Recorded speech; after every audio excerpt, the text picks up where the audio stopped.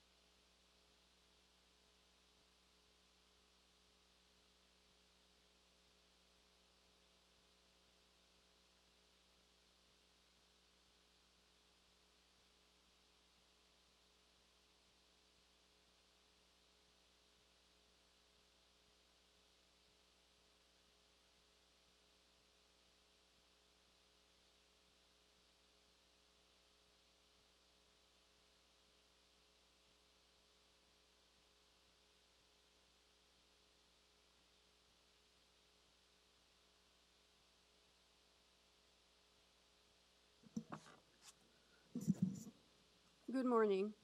My name is Nancy Oman, and I will be chairing today's Scarborough Committee of Adjustment hearing. Panel members joining me today are Eric Howe, Asif Khan, Ann McCauley, and David Stinson. In accordance with Sections 45 and 53 of the Planning Act 1990 as amended, this meeting of the Committee of Adjustment for the City of Toronto is called to order.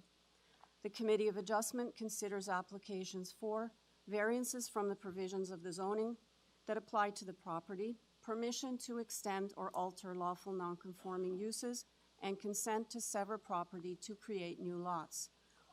We acknowledge that the land we are meeting on is the traditional territory of many nations, including the Mississaugas of the Credit, the Anishinaabe, Chippewa, the Haudenosaunee, and the Wendat peoples, and it is now home to many diverse First Nations and Inuit and Métis peoples. We also acknowledge that Toronto is covered by Treaty 13 with the Mississaugas of the Credit and the Williams Treaty signed with multiple Mississaugas and Chippewa bands. Committee of Adjustment public hearings are conducted in a hybrid, in-person, and virtual format. Some applicants and participants will make their submissions in person, and others will participate virtually through WebEx, an online digital platform. The meetings are streamed on the Toronto City Planning YouTube channel, and anyone wishing to view the hearing can watch on YouTube. Those who chose to participate virtually and registered in advance will be connecting via video or audio. All virtual participants will be automatically muted upon entry. When your item is called, you will be unmuted by the moderator, one person at a time. We ask that you mute your devices until you are called upon to speak. Those participating by video will be temporarily upgraded to panelists when their item is called, and during this time your camera will be enabled. You will only be visible during your allotted speaking time or to answer questions. At all other times your video will be disabled and you will be reinstated as an attendee. For both in-person and virtual participants, Committee of Adjustment staff will share presentations submitted in accordance with the written submission deadline. Those participating via WebEx are not allowed to use the share screen or any other panelist controls during a video appearance. The host will remove you from the panelist role if you fail to respect this instruction. People attending in person today who want to receive a copy of the committee's decision on an application must fill out a decision request card, and those participating virtually need to submit a written request for the decision by email. Please include your name, address, and email address because the Committee of Adjustment and the Toronto Local Appeal Body will be sending notifications and appeal updates by email only. If you do not agree with the committee's decision, you may be able to appeal the decision to the Toronto local appeal body known as TLAB, or in some limited circumstances to the Ontario Land Tribunal known as OLT. However, the provincial government amended the Planning Act and generally removed rights of third parties to appeal Committee of Adjustment decisions. Only the applicant, the Minister of Municipal Affairs and Housing, specified persons, and public bodies, as those terms are defined in the Planning Act, are permitted to appeal decisions of the Committee of Adjustment. Appeal instructions are set out at the bottom of the decision of the committee. I will call each item in the order listed on the agenda. Where an application is uncontested, the agent or applicant may proceed with their presentation if desired, and when the committee does not require a presentation, applicants are to advise the chair should they wish to speak to the committee. The committee may ask questions and/or take the matter into committee for a decision. Each speaker, including the applicant or agent, will be given a maximum of 5 minutes to address the committee, and I will comment when you're reaching the 5-minute mark. Any presentation or other supporting materials you wish to submit to the committee must have been emailed in advance of the hearing. Staff and committee members cannot accept materials at the hearing. When addressing the committee, please clearly state your name and address. Please remember to confine your remarks to the matters outlined in the application. The applicant or agent will proceed first and will make a presentation to the committee on the application if required. And please note that the committee may not entertain revisions to proposals at the hearing today. The committee may decide to defer the application if substantially revised to ensure the revisions are accurate and that all those entitled to notice of the application are informed of the changes. Then individuals either in support or opposed to the application will be invited to speak. Generally, we first call on speakers in the hearing room and then those participating through WebEx. Committee members may ask questions of each speaker after they have finished their presentation. When all speakers are finished, the applicant or agent has an opportunity to rebut only those issues that were raised by the speakers. This will mark the end of the discussion. The application will then be taken into committee for a decision. All right. I'm going to need confirmation of the minutes for the last hearing. I'll need a motion. Mr. Khan.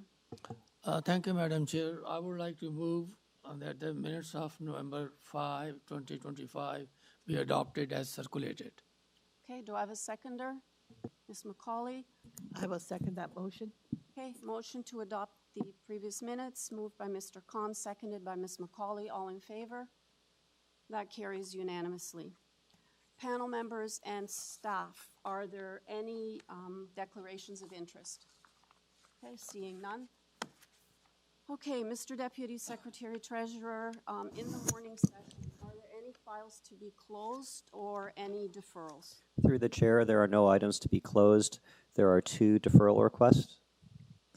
The first request is for item number 12, 21 BEXHILL Avenue, deferral at the request of the applicant in order to correctly identify all required variances. All right, is there anybody in the audience that's here for 21 BEXHILL Avenue? Seeing none, and there's nobody online. Is the agent there?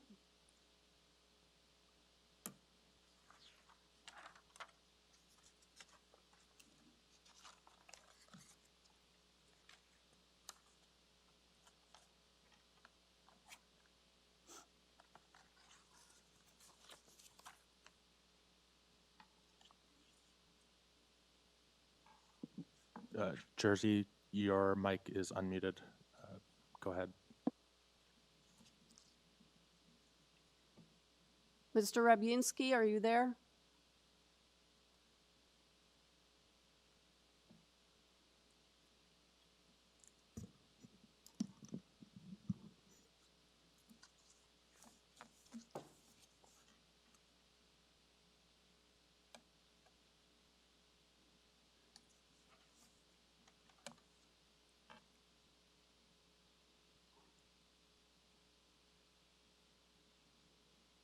Mr. Rabyansky, are you there?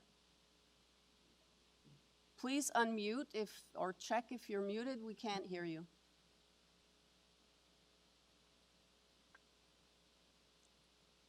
Hello? Hi.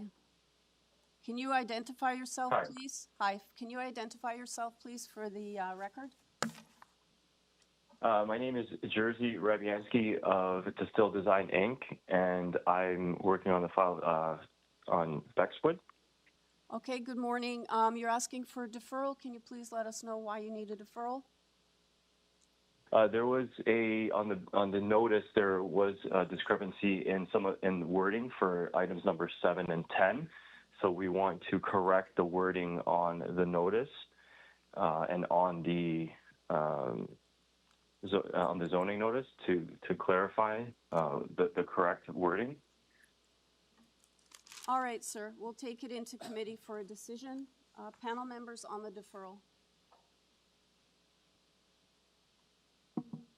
Ms. McCauley. Thank you very much. If the applicant needs to clarify his application, I have no problem with the deferrals. I recommend deferral. Okay.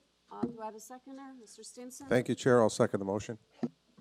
Okay, motion to defer is moved by Ms. McCauley, seconded by Mr. Stinson. All in favor? That carries.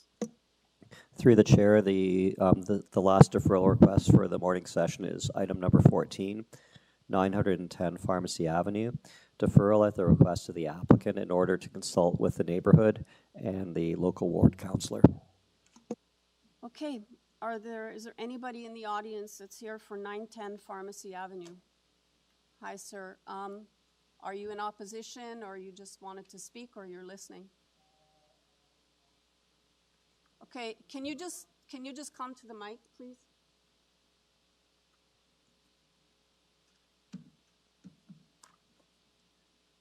Okay, if I could just have you identify yourself for the record and your address. Okay, so we are only dealing with the deferral today. Are you?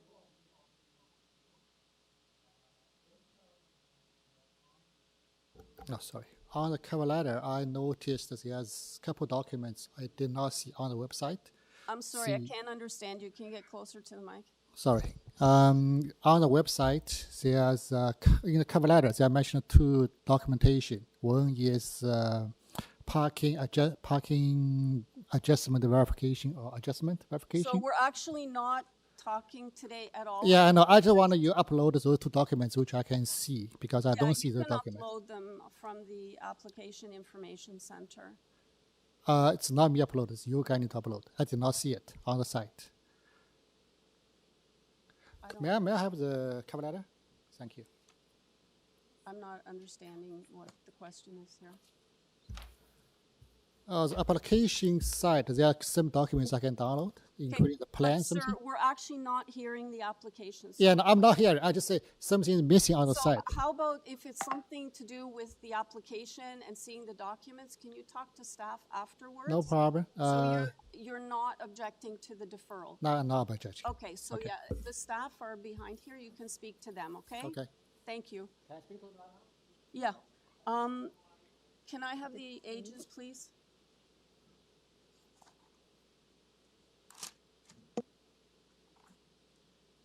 Can you hear me? Yeah, I can. I just need your name and address for the record. Good morning. My name is Blair Scorgi. My address is 58 Caroline Avenue in Toronto. Okay, just to the deferral, why do you need the deferral? Well, there are actually 2 reasons. The first is that following the submission of the application to the Committee of Adjustment, city planning staff provided new direction to Toronto Building Department in terms of how to interpret the applicable regulations. Staff were taking a different approach to interpreting Chapter 900 exceptions in the zoning bylaw. They have now subsequently changed that direction. That has required a review and update to the examiner's notice, which has identified additional variances, which are not reflected in our cover letter. And I don't imagine the committee has had an opportunity to review and consider. The second is that in discussions with the local ward councillor, Mike Thompson, we agree, both parties agree that there would be benefit in having structured, formalized community consultation to address a number of issues and concerns associated with this application. The councilor and city staff have actually scheduled a meeting for December 11th, which is coming up, at a nearby place of worship. And it's our hope that we can proactively address any concerns and issues associated with the application at that time. And we feel that it would be best to have those conversations prior to proceeding with the hearing. And so we've requested a deferral to allow that to happen. Okay, great, thank you. Panel members, we're in committee on the deferral. Mr. Howe? Thank you, Madam Chair. I move deferral of this application so that the applicant may allow additional time to undertake formal community consultation. Okay, Mr. Stinson? Thank you, Chair. I'll second that motion. Okay, we have a motion to defer moved by Mr. Howe, seconded by Mr. Stinson. All in favor? That carries unanimously. Okay, we will now move to item number 1, which is 3340 Danforth Avenue. Panel members, we have before us a public hearing notice, location map, plan of survey and plans, and a parking study that was prepared by Next Trans Consulting Engineers. I'm showing one speaker. I believe that person's observing only. Do we have the agent on the line? Okay, is there anybody in the audience that's here for 3340 Danforth Avenue? Yes. Okay, sir, just 1 second. Is there anybody in the audience for 3340 Danforth? No? Yes. Are you in objection, sir? No.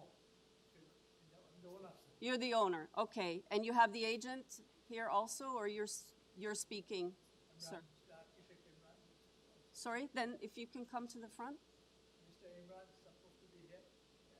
Through the chair, the agent is online. Mr. Imran is online. So you're just observing then, sir? Yeah. Okay.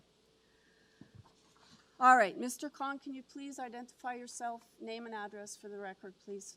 Yeah, this is Imran Khan. My address is 1906 Parkside Drive, Pickering.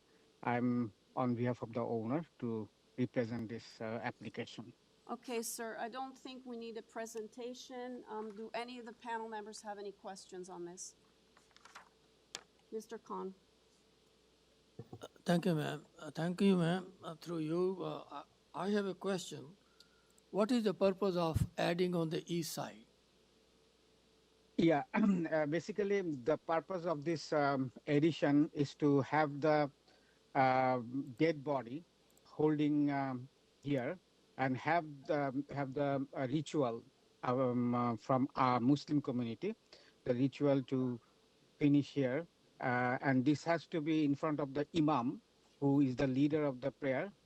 So we had to add this addition at the middle of the building so imam can see through and get the prayer done. And at the end of the prayer, the dead body will be taken to the graveyard. Thank you. Any other questions, panel members?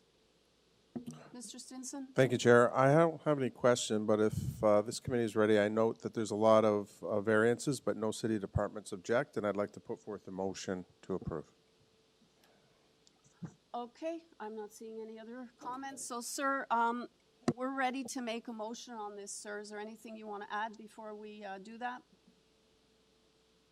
This is to Imran Khan, the agent.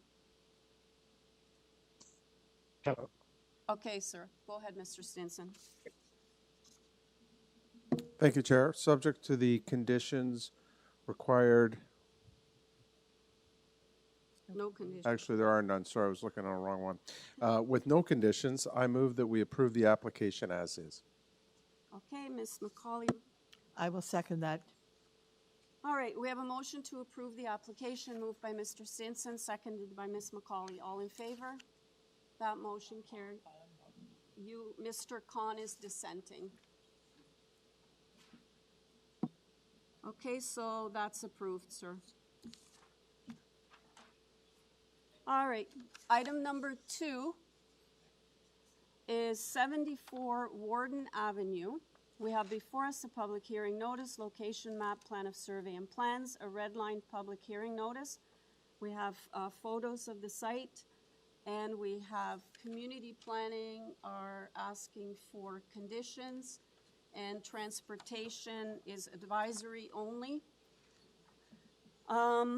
Okay, is there anybody in the audience for 74 Warden Avenue? Are you the agent? Yes. Okay, can you come to the front, please?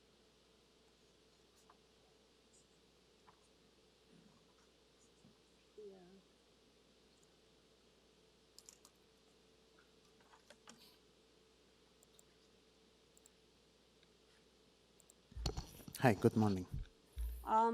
Good morning. Can I have your name and address for the record, please?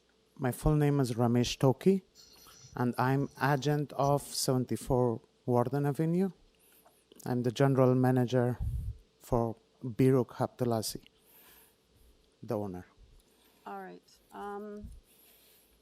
So we're looking at the revised application, okay? Just to confirm with you,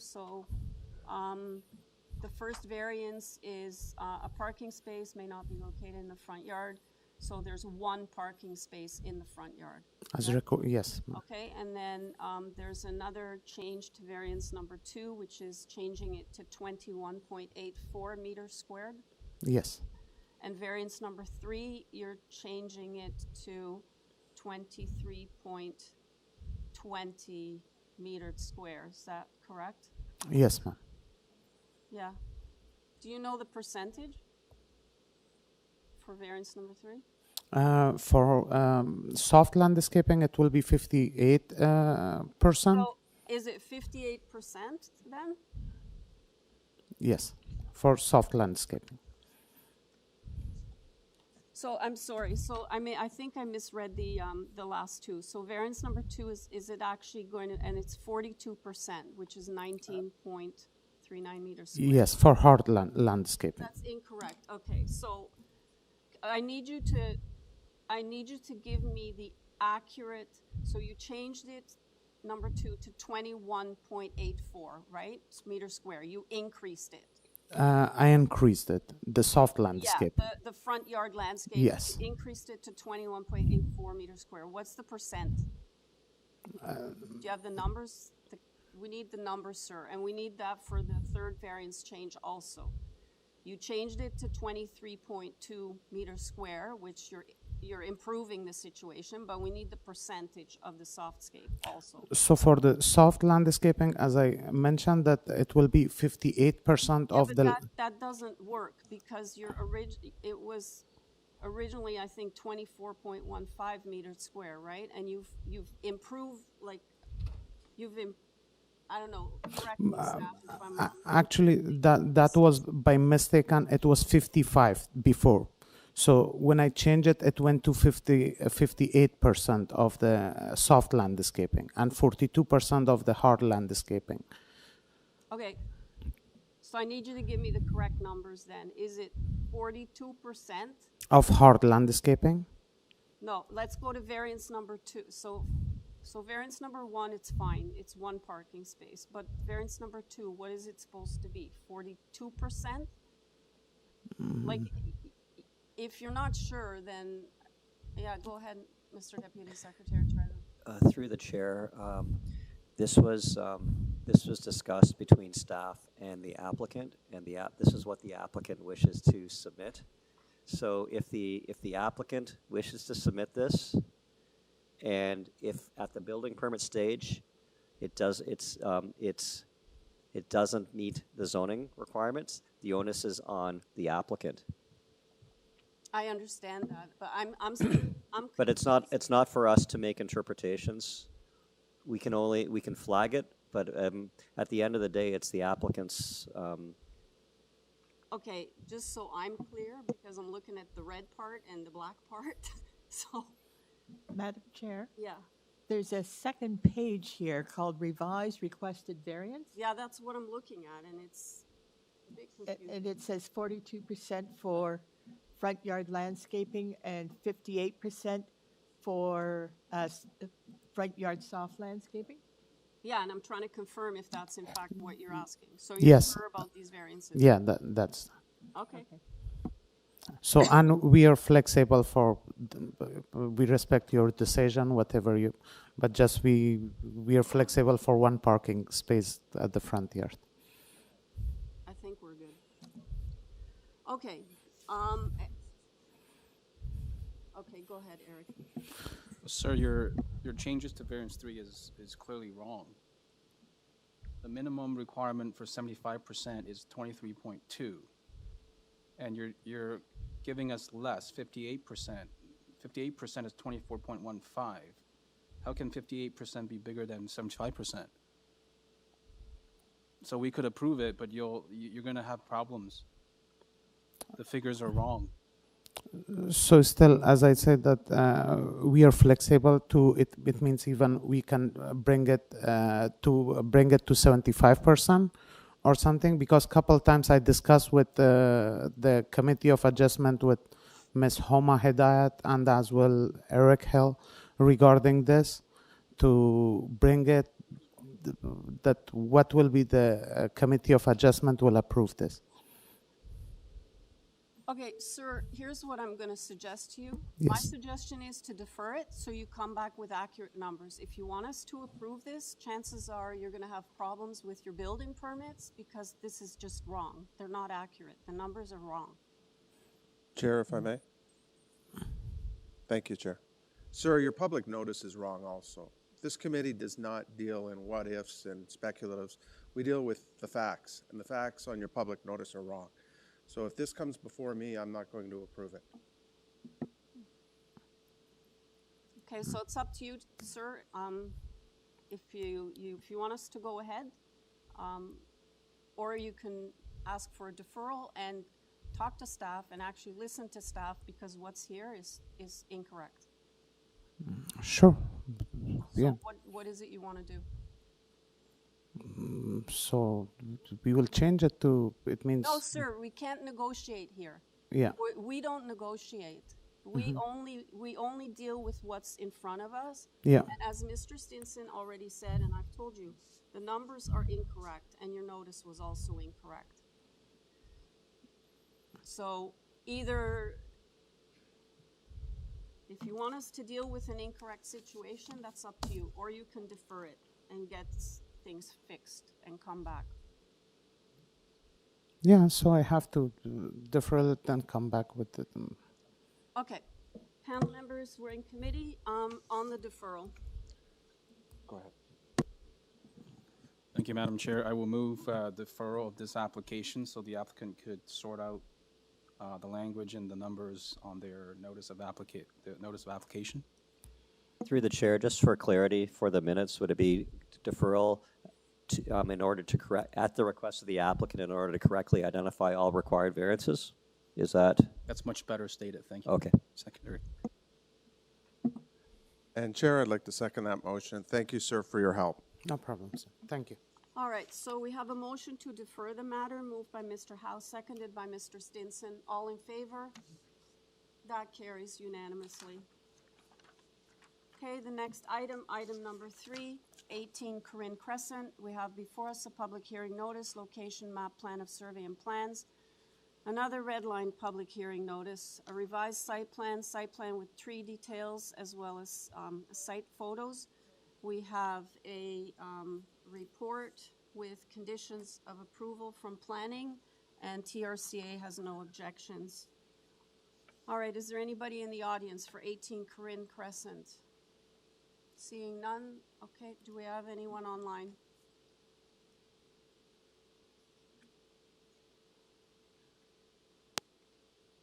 Mr. Pick, are you there?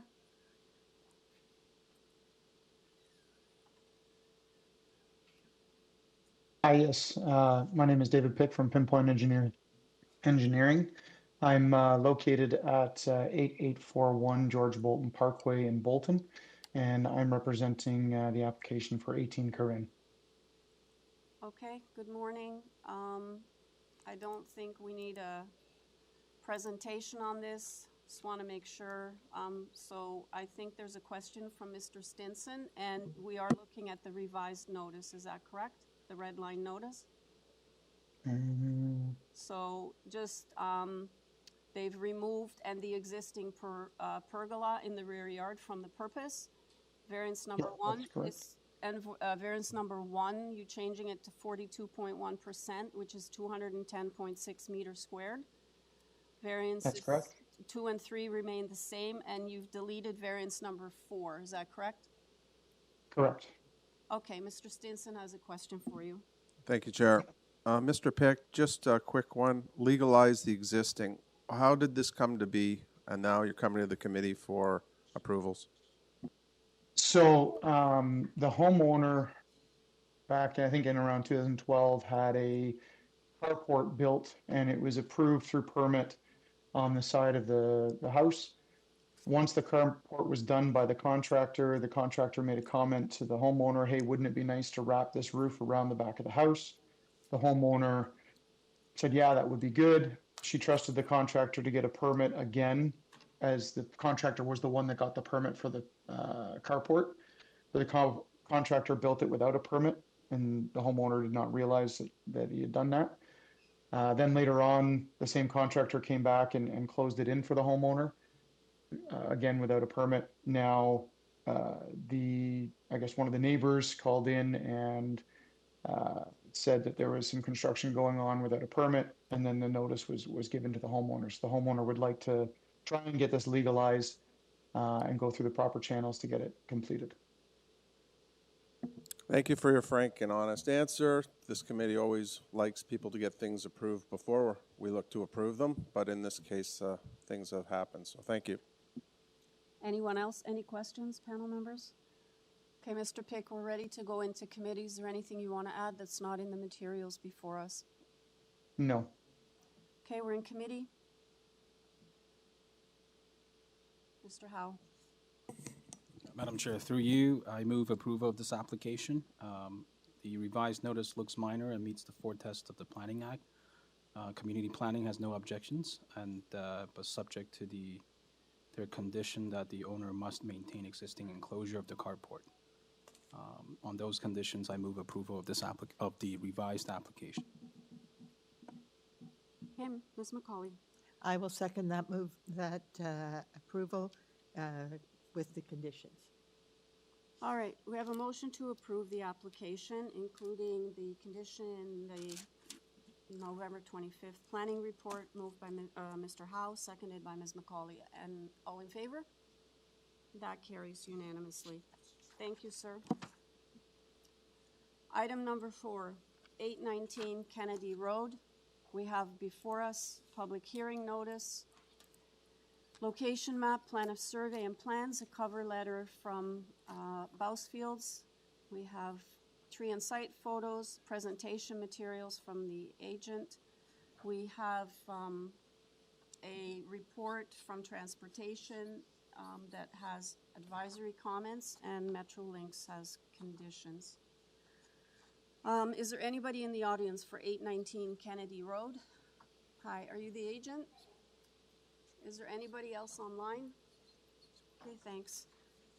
All right, can you state your name and address for the record, please? Yes, good morning. My name is Haley McWilliam. I'm an associate at Bousfields, Inc., and my address is 3 Church Street, Suite 200.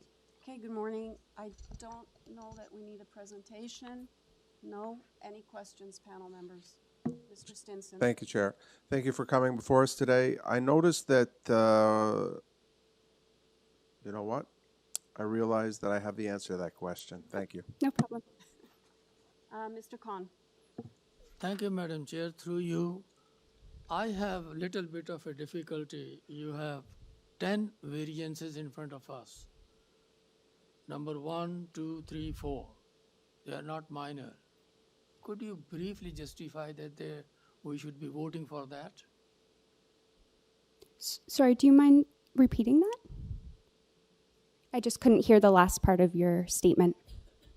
Can you speak a little bit louder, please? Yeah, sorry. Do you mind repeating the last part of what you just said? I can just make your life a little bit easy. Variance number 1 is first floor area cover is 65.61% and required is 50. So you are way up. 2, amnesty indoor space is 0 and required is 134. Third one is amnesty outdoor, provided but not adjoining. It's little bit away. And 40 meter is adjoining, that's the distance. And the fourth one is landscape is 27%, which is half of the 50%. Not minor. Would I be able to provide a presentation just explaining? Yeah, I was going to maybe simplify Briefly. it. Can you start by just telling, maybe this will help Mr. Khan, which ones are existing variances? Yeah, for sure. I can do that. So I'm just going to pull up my list of variances here. So the first variance, which requests an increase in the interior floor area for the first floor, that's because we are adding 2 additional dwelling units on the ground floor. The intent of the application is to convert some underutilized spaces in the building to create 5 additional rental dwelling units. So thank you for pulling up the presentation. If we go to the ground floor, the variance is required to just permit those 2 additional dwelling units on this ground floor.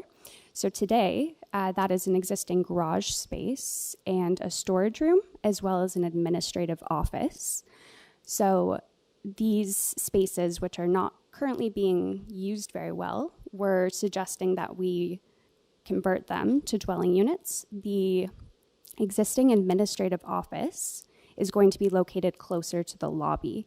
And essentially the intent of that the intent of that provision in the bylaw is to make sure that the ground floor just functions, that there's enough space for the residents to get any amenities that they need. But because those spaces aren't being readily utilized, we think this is a more efficient use of space and that the ground floor will continue to function. Okay, thank you. I'm happy to speak to the other variances that you flagged. Go ahead, Ms. McCauley. Thank you.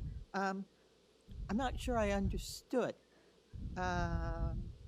You said that you have the ground floor and you're changing it. Mm-hmm. Now, as I understand from what you said, you're deleting 1 parking space on the ground floor and some the superintendent's office. That's correct. If we could just pull up the ground floor, the existing ground floor plan, that would be helpful. Okay, while I'm asking on parking, you're providing 65 parking spaces versus a requirement of 68. Taking away this 1 parking space, is that still 65 or is that now 64? Sorry, there are no variances related to parking for this application. So there's an existing garage space, which is currently being used as storage. No one parks in that garage space. The site is surrounded by surface parking. We're not requesting any variances. We're requesting bicycle parking variances, though. Okay, thank you. No problem. Any other questions, panel members? Okay. Do you have anything to add that's not in the materials before us? I believe that there's some confusion with the purpose of the application. We're not changing the building footprint. The request is simply to convert some underutilized space to add 5 new rental units on a site that is located very close to Kennedy Mobility Hub. We think this is a minor application. A very similar application was approved. I believe it's 5 sites to the south. It was 807 Kennedy Road. It had similar variances. It was approved in 2014. We had numerous discussions with staff and they didn't have any concerns. So request approval of this application. Thank you. Okay. We're in committee and I just want to say the presentation material was very helpful and I believe it's interior changes only. With that, Anne, Ms. McCauley. Okay, I just went over my information here again and apologize when I looked at this information. I see there's a number of things, your variance is to add 5 units. But there's a whole bunch of things that are missing from the existing building, including there's no outdoor amenity space. There's no indoor amenity space. There's no bicycle parking. There's a whole bunch of things, but we're not getting variances for those things that are missing in the existing building. Correct. So, with all of that said, I am satisfied with this application, and subject to anyone else, I'm prepared to recommend approval. Okay, do I have, and that includes the Metrolinx condition? Yes. If that's the motion table, I will second it to approve. Okay, we have a motion before us to approve the application, including the Metrolinx condition, moved by Ms. McCauley, seconded by Mr. Stinson. All in favor? That motion carries, and Mr. Khan, you're dissenting? Okay. All right, your application's approved. Thank you so much.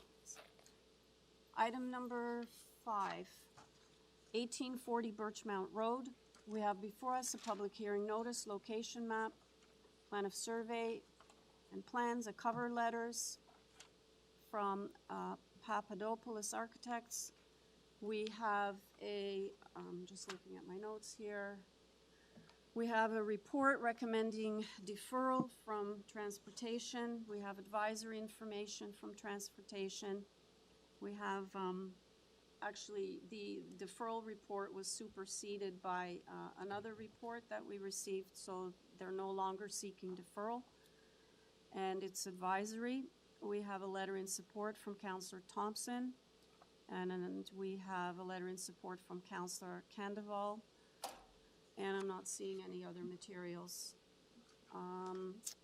Is there anybody in the audience for 1840 Birchmount Road? Are you the agent, sir? Okay, come on up. Now, I saw more hands. Are the people here, more people here? Are you speaking in opposition, or you're all together? All right. Great. Maybe just speak while you get to the mic.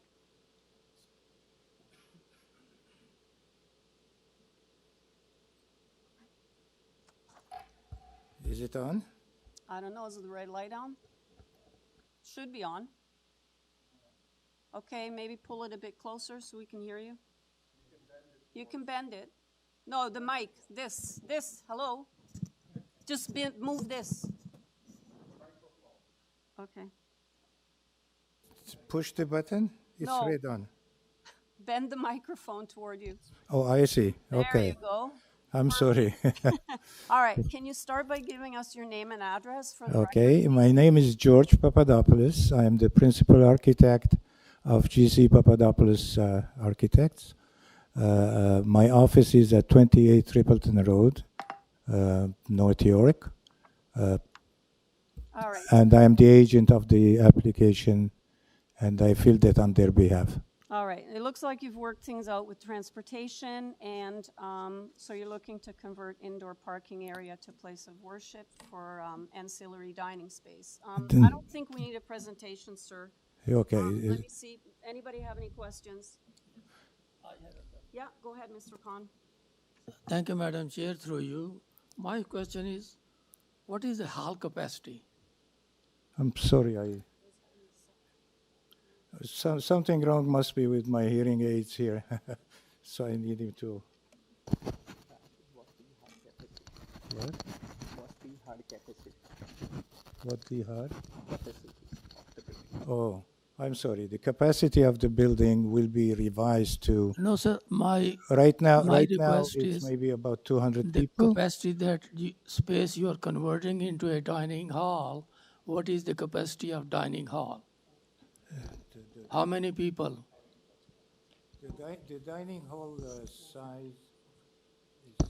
So, sorry, through the chair, if it's okay, can I respond sir, to that yeah, question? if you're going to speak, I need your name and address for the record, please. Okay? Sure. So it's Harsh Brambhat. I'm here from 1840 Birchmount Road on behalf of BAPS. And just to help our architect. APS? Yeah, that's the Bochasan Vasi, the organization name. Can you just say the full name? Bochasan Vasi Shri Akshapurushotam Swaminarayan Sanstha, Inc. Okay, I think. Sorry. They have to make note of all of this. Sure. Can you maybe spell it?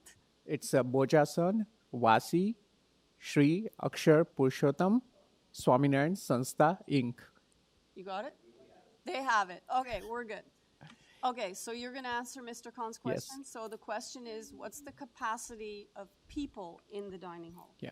So thank you, Madam Chair. Thank you, Mr. Khan, for the question. The capacity for the building is 450, and it's going to remain the same. There is no request to change the capacity of the building. So 400 people? 450. 450. 450. But that's for the entire building, not the dining hall. I need dining hall because that's the area you're So- changing to Sorry, dining Mr. hall only. So there is, so it's for the entire building, and the same, like we are not making any changes to the capacity of his that. question is, Yeah, please. so his question is, how many people can you fit into the dining Exactly, hall? exactly. The number of people of the dining room itself is the same like the prayer hall. This is a practice on Saturdays when the parishioner comes to the devotees, they come to pray, and then they join in a meal, the same size as the prayer hall, and it is the occupancy usually is between 400 to 450. And the provision of the parking for that area was sufficiently all the exterior parking. But what happens is that when they got the building 10 years ago, they accepted all the parking that it was there, and they assumed that the indoor parking is also part of the requirement.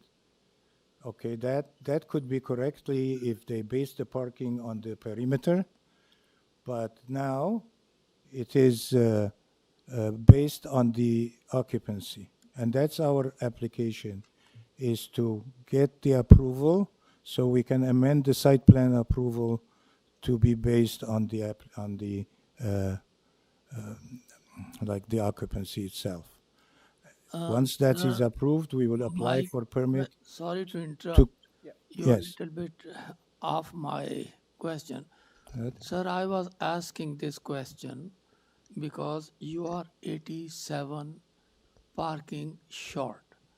So converting the hall, I wanted to know the number of people so that I can, in my mind, assess the shortage 87 plus the people, how many people would be there and how much parking spaces you will be short so that I can make up my mind. So thank you, through Madam Chair. Mr. Khan, sorry if, apologies if the answer was not clear earlier. So the building capacity is 450. The same people who are going to, for the prayer hall, the same people are coming to the dining space as well. So there is no change in terms of the capacity or anything else. So the same amount of people who are using the other spaces will be utilizing after the assembly as well. So we hope that's clarify the question. Okay, thank you. And So that is noted. How many parking spots are in the indoor parking area that you're converting, and are they used now? What we need now? What we need now is about under 60. Like Okay, that's, eventually we would. you're not answering my question. So the ma'am, question is, how many parking spots are in that indoor section that you're converting to a dining hall, and are they used now? No, I'm sorry. Let me see. So, sorry, Madam Speaker, there's a bit of trouble hearing, so Yeah, no apologies worries. for that. So currently, we are not utilizing the indoor parking because the congregation is not required. It's the number of capacity is not required to use that at all. So our outside parking is sufficient for the use because most of the congregation members either take the public transit or they carpool. So we are never at the full capacity. So the request is that the convert the existing one to the ancillary space which we can utilize. Okay, anyone else have any questions? All right, I guess let's take it into committee then. Anybody? Mr. Howe. Thank you, Madam Chair. Based on the recommendation of Transportation Review, I'm satisfied this application meets the fourth test of the Planning Act, and I move approval. Okay, Mr. Stinson. Chair, I'll second that motion. Okay, we have a motion before us. I believe there's no conditions. Okay, we have a motion to approve, moved by Mr. Howe, seconded by Mr. Stinson. All in favor? Okay, your application's approved, carried unanimously. Thank you, Madam Chair. Thank you, committee. Thank you very much. Thank you.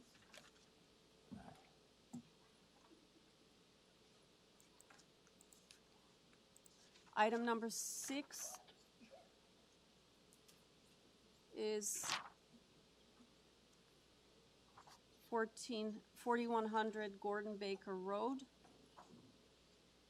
And we will do item 7, which is 3550 Pharmacy Avenue at the same time. So for both of these, we have before us public hearing notice, location map, plan of survey and plans, and our plan of survey, a cover letter from Brandon Simon and Mark Sackmar. We have arborist report prepared by Ormston Holloway. We have a parking study, and we have advisory informations from report from community planning for both of these.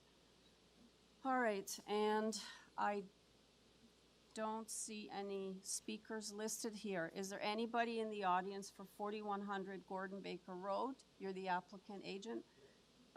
Or 3550 Pharmacy Avenue, other than the agent? Seeing none, nobody online. All right. I need your name and address for the record, so we're doing 6 and 7 together. Good morning, committee members. My name is Brandon Simon. I'm a principal with the Planning Partnership, and we are at 215 Spadina Avenue, Suite 120. Okay, I'm not sure we need a full presentation. Panel members, do you need a presentation? Thank you, Chair. I don't. I just want to make note that there was a zoning waiver involved in this. Okay, Ms. McCauley? I have a number of questions. Yep, go ahead, you have the floor. Okay. Through the chair, since the member has questions, perhaps it may be best that the applicant provide a presentation in advance. Ms. McCauley, do you want a presentation, or would you prefer to go to your questions? I'm not sure if... I don't really need a presentation, but the other committee members, perhaps I'll start off by saying where my concerns are, and then I can address that to the applicant. This application is dealing with parking, and so we have a parking study. I'm disappointed that the consultant for the parking study is not here, because that really is the issue that we're dealing with. However, what we have, if committee will give me a minute here, is a property at the north end of Scarborough, going from Gordon Baker all the way down to Pharmacy. It was one property, and it remained one property for a long time, until it came forth for a consent application to divide the north half from the south half. The south half, I believe, has used to have a Bank of Montreal data center. I don't know if that is still, yes, the applicant is saying that's still on there. And there's some confusion as to what is on the north half, if anything. Is there any buildings on the north half? There was formerly, it was called the Bank of Montreal Institute for Learning. That has since relocated to elsewhere in the city, and so it's in the process of being demolished. And there's a new building being constructed. Okay, so essentially one property existing for a long time. Now, what we have is 2 variances for both the north half and the south half. And the one part of the variance is identical, and that is that the property shall be considered as one property for zoning purposes. And the applicant that we have in front of us is requesting that that be deleted. Okay, I understand we now have two properties, and even though the zoning is identical for both halves, they're asking that that provision that says the zoning be the same for both is deleted. The variances, and forgive me for this, I must have spent about an hour and a half between 9 o'clock and 10:30 last night trying to figure this all out.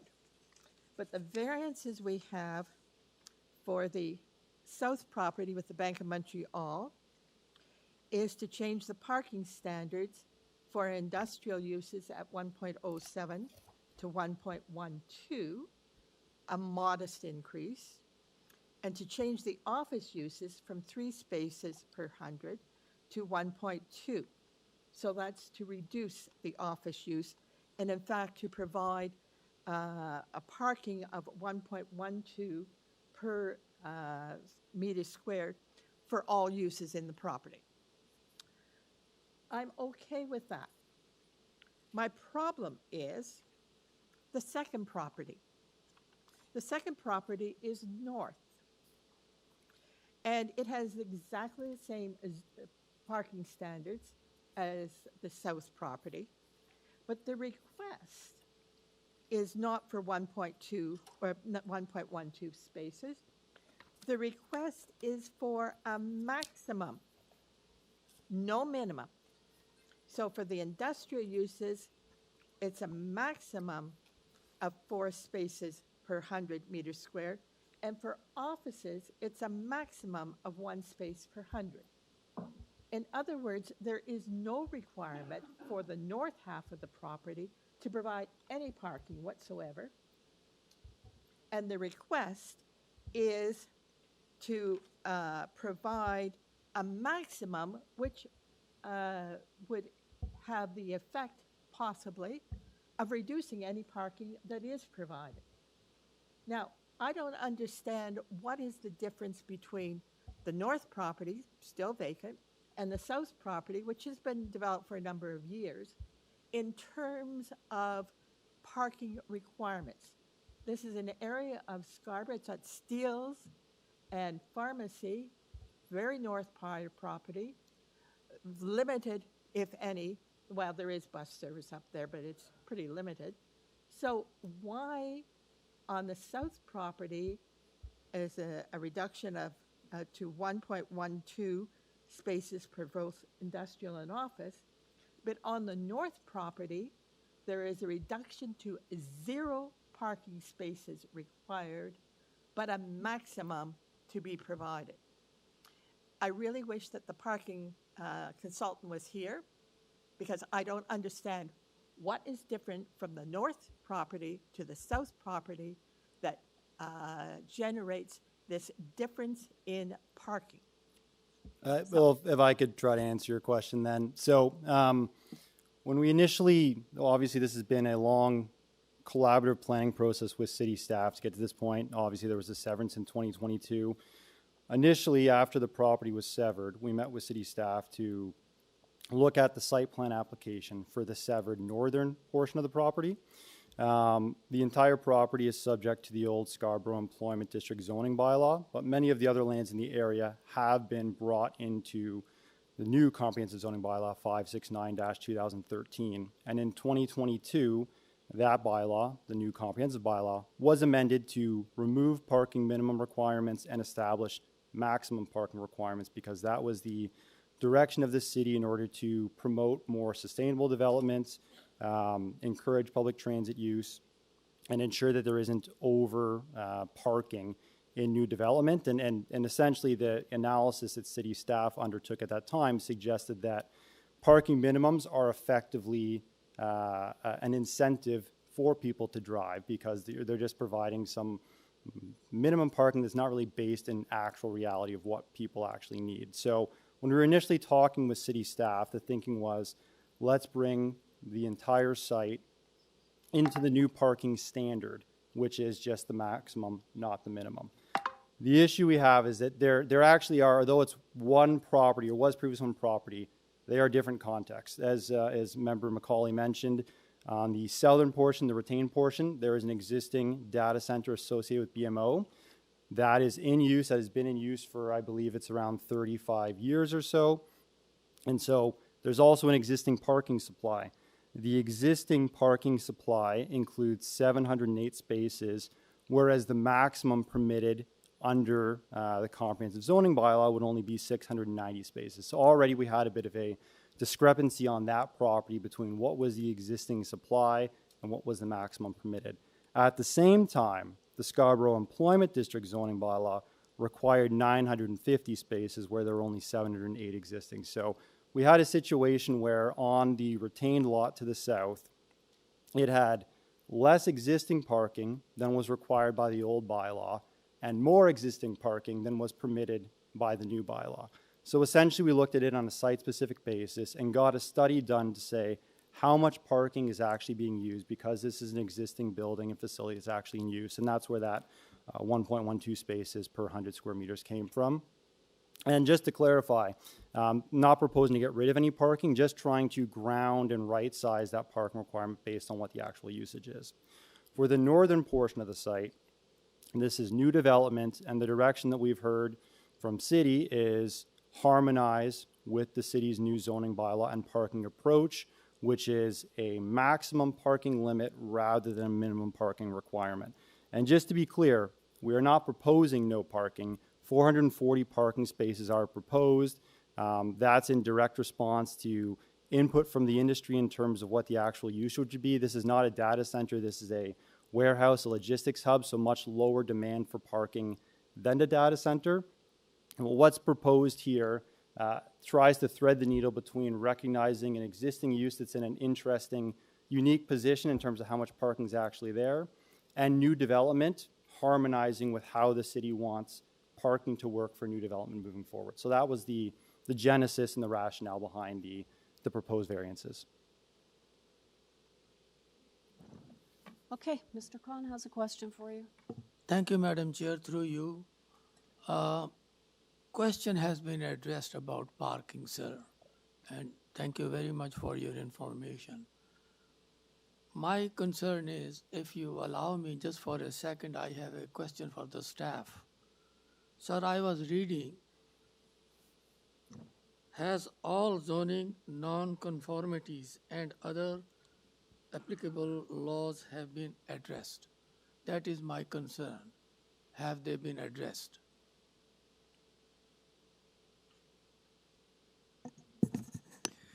Through the chair, that's a standard comment the community planning puts in all of their staff reports. And really it's, and that's to, like, in case there are any other future nonconformities that are identified, they're not authorized, right? That's all it is. It's standard language, right? So this staff report is based on the variances that are currently before the committee. That's what they're indicating, right? Thank you, sir. Thank you. Now my question is, sir, my colleague has already asked and you have replied. Sir, I wish the gentleman was here to, in very brief, there are two things, north and south. For me, it is 3550 pharmacy and 4100 garden. So you have spaces for these two sites. Sir, my question is simple. Tell me in a simple word how many spaces are short in each one of them, period. Certainly. So if we're looking at 4100 Gordon Baker Road and using the existing old zoning bylaw, the outdated parking requirements, just to confirm, Member Khan, so you're talking the existing zoning bylaw, what is the parking requirement versus what is proposed? How many?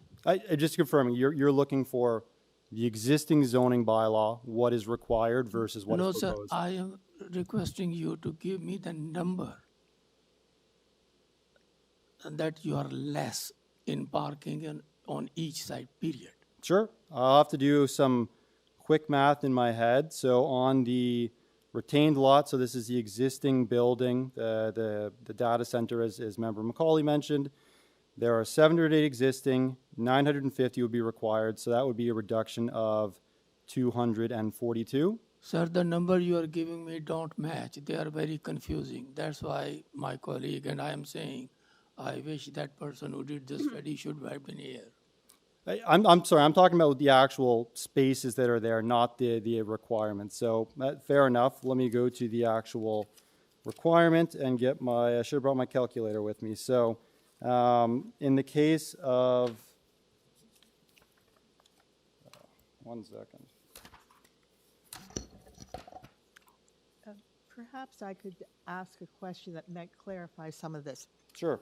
Well, there's industrial parking spaces required, and there's office uses. There are two different numbers. Are there any office uses with parking requirements on the south property? The office and the problem with the south property, to answer your question, Member McCauley, is that it's a data center, so there's a mixture of offices, and essentially it's like kind of warehouse space where the data center actually is.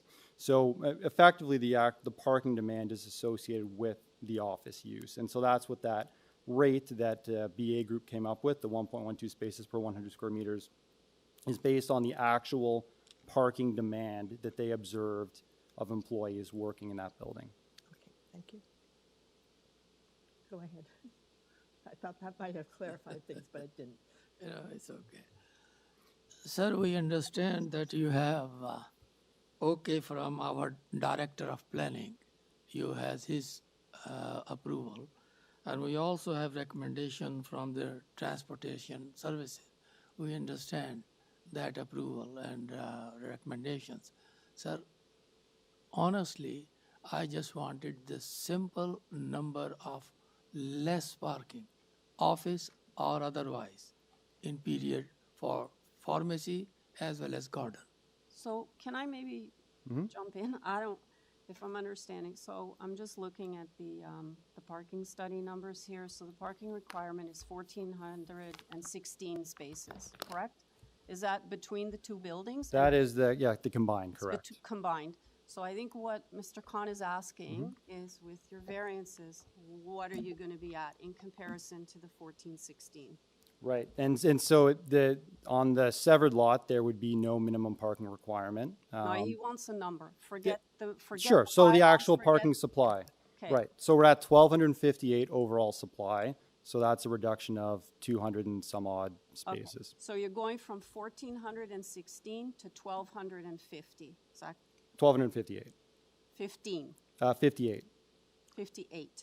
Correct. Okay, got it. I was thinking of 1208. So am I wrong? 1,258. Anyhow, sir, I get the number that you are 171 parking spaces short. Correct. Correct? Correct. Okay, thank you very much. Okay, we finally got there. I apologize, my math was not up to snuff. Mr. Stinson. Thank you, Chair. That was thoroughly aired out. Thank you. A couple of comments. One is that Steeles Avenue, Gordon Baker Road, Victoria Park, Gordon Baker Road, Pharmacy Avenue, Gordon Baker Road, all have transit. Transit's important, and that's in keeping with what we're doing in the city, trying to move people to transit. The parking spaces, as you noted, in 22, that became not such an issue for this city. So I think even though there's a diminishment of parking spaces, I'm confident that the application meets the 4 test rule, and that's my thoughts on it. All right. Do you have another question, Ms. McCauley? No, but I'm ready to comment. Great. So we have no more questions. We're going to go into committee. All right. Panel members, we're in committee. Go ahead, Ms. McCauley. Okay. I have a difficulty, and I think the applicant has explained it, that he's trying to serve 2 masters at the same time, and they're really not working very well together. But I have a difficulty with parking at one rate on the south part of the property and parking at a different rate at the north part of the property, And the one at the north property is a maximum. So in other words, the north property doesn't require to provide any parking whatsoever. At the moment, it's a vacant site. When it gets built, no parking will be required. On the south side, yes, parking will be required, in spite of the city, apparently, saying, let's get rid of all the parking standards. So I have difficulty saying what is different from the north property to the south property. I have a proposal. I am willing to accept the proposed parking of a minimum of 1.12 spaces per 100 for both industrial and office uses on the south property. And I'm also willing to accept the same number as a minimum on the north property. To me, that seems fair. I don't know what there's nothing on the property, so we have no idea what they're going to build. But it doesn't make sense to me that on one side he's asking for a parking and a number of parking spaces, maybe a reduction from what is provided at the moment. But on the north side, no parking. We just don't need it. And I understand you may be following what the City of Toronto standards say, or their direction. Thankfully, the committee doesn't have to follow the City of Toronto direction when we disagree with it. So I disagree. And we're in committee.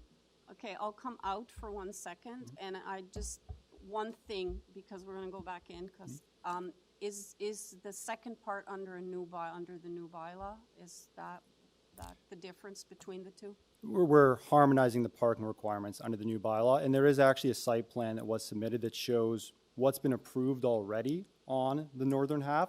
The first phase of the site plan application has already been approved and is under construction. We agreed with city staff to do the site plan in a phased approach because there was this outdated excessive parking requirement, which exceeds, even under the revised proposal that Member McCauley suggested, exceeds the maximum limit under the city's new zoning approaches. And so we're coming back and asking to now harmonize the northern half with the new zoning approach, which removes the minimum parking requirement in order to allow that phase 2 to move forward with the 400 and some odd spaces, like I mentioned. But the site plan is in the file. If anyone would like to see it, it could probably be pulled up on the screen just to show what's being provided and all the parking that's there. This is all well documented. The first phase has already been approved. I've already proposed and reviewed the master plan, including phase 2 with city staff. So this is not like we're coming here asking to get permission so that we don't have to build any parking. There is going to be a lot of parking. We are just harmonizing with the city's new parking strategy because that's what they want to see for new development. Okay, thank you. All right, we're back in committee. Ms. McCauley, you don't repeat the whole thing again, but if there's something else? No, I understand that they want to harmonize the new standards and the old standards. And I too want to harmonize, but I don't want to throw out the baby with the bathwater. So I'm prepared to recommend the proposed industrial and office uses reduction in parking, but I'm not prepared to recommend that there be no parking required on the new property. And I think the applicant has said, yes, they are providing parking, but now they're going to have to figure out, well, how many parking spaces, because I didn't understand why the industrial was 4 spaces per 100, whereas typically it's about 1, and the office is only 1, where again, typically it's 3. So the numbers don't make sense to me. I do understand that the city wants to get rid of parking. That I can understand. But I don't see a difference between the north and the south in 2 different approaches. And may I remind you that one of these variances that we have is that the lands be considered as 2 separate zones. whereas at the moment, it is considered one separate, one property for all zoning. So, Well, I have problems with this one. let's see if anybody else would like to weigh in here. Mr. Stinson. Thank you, Chair. I understand, and I see Ms. McCauley's point of view in the more in the abstract than in the practical. The practical is that we're talking about essentially 150 plus parking spaces disappearing on a large parcel of land where the bylaw has been changed so that parking is not an issue, as Ms. McCauley pointed out. And when we get into looking at what's the same and what is fair, I feel like we're into the weeds when the practical test is, and that's why I said practical, is does it meet the 4-test rule? And I think it does. And that's why the city departments haven't objected to anything either. So based on those reasons, I would move to approve this application if given an opportunity. Anybody else? Any comments? Mr. Khan?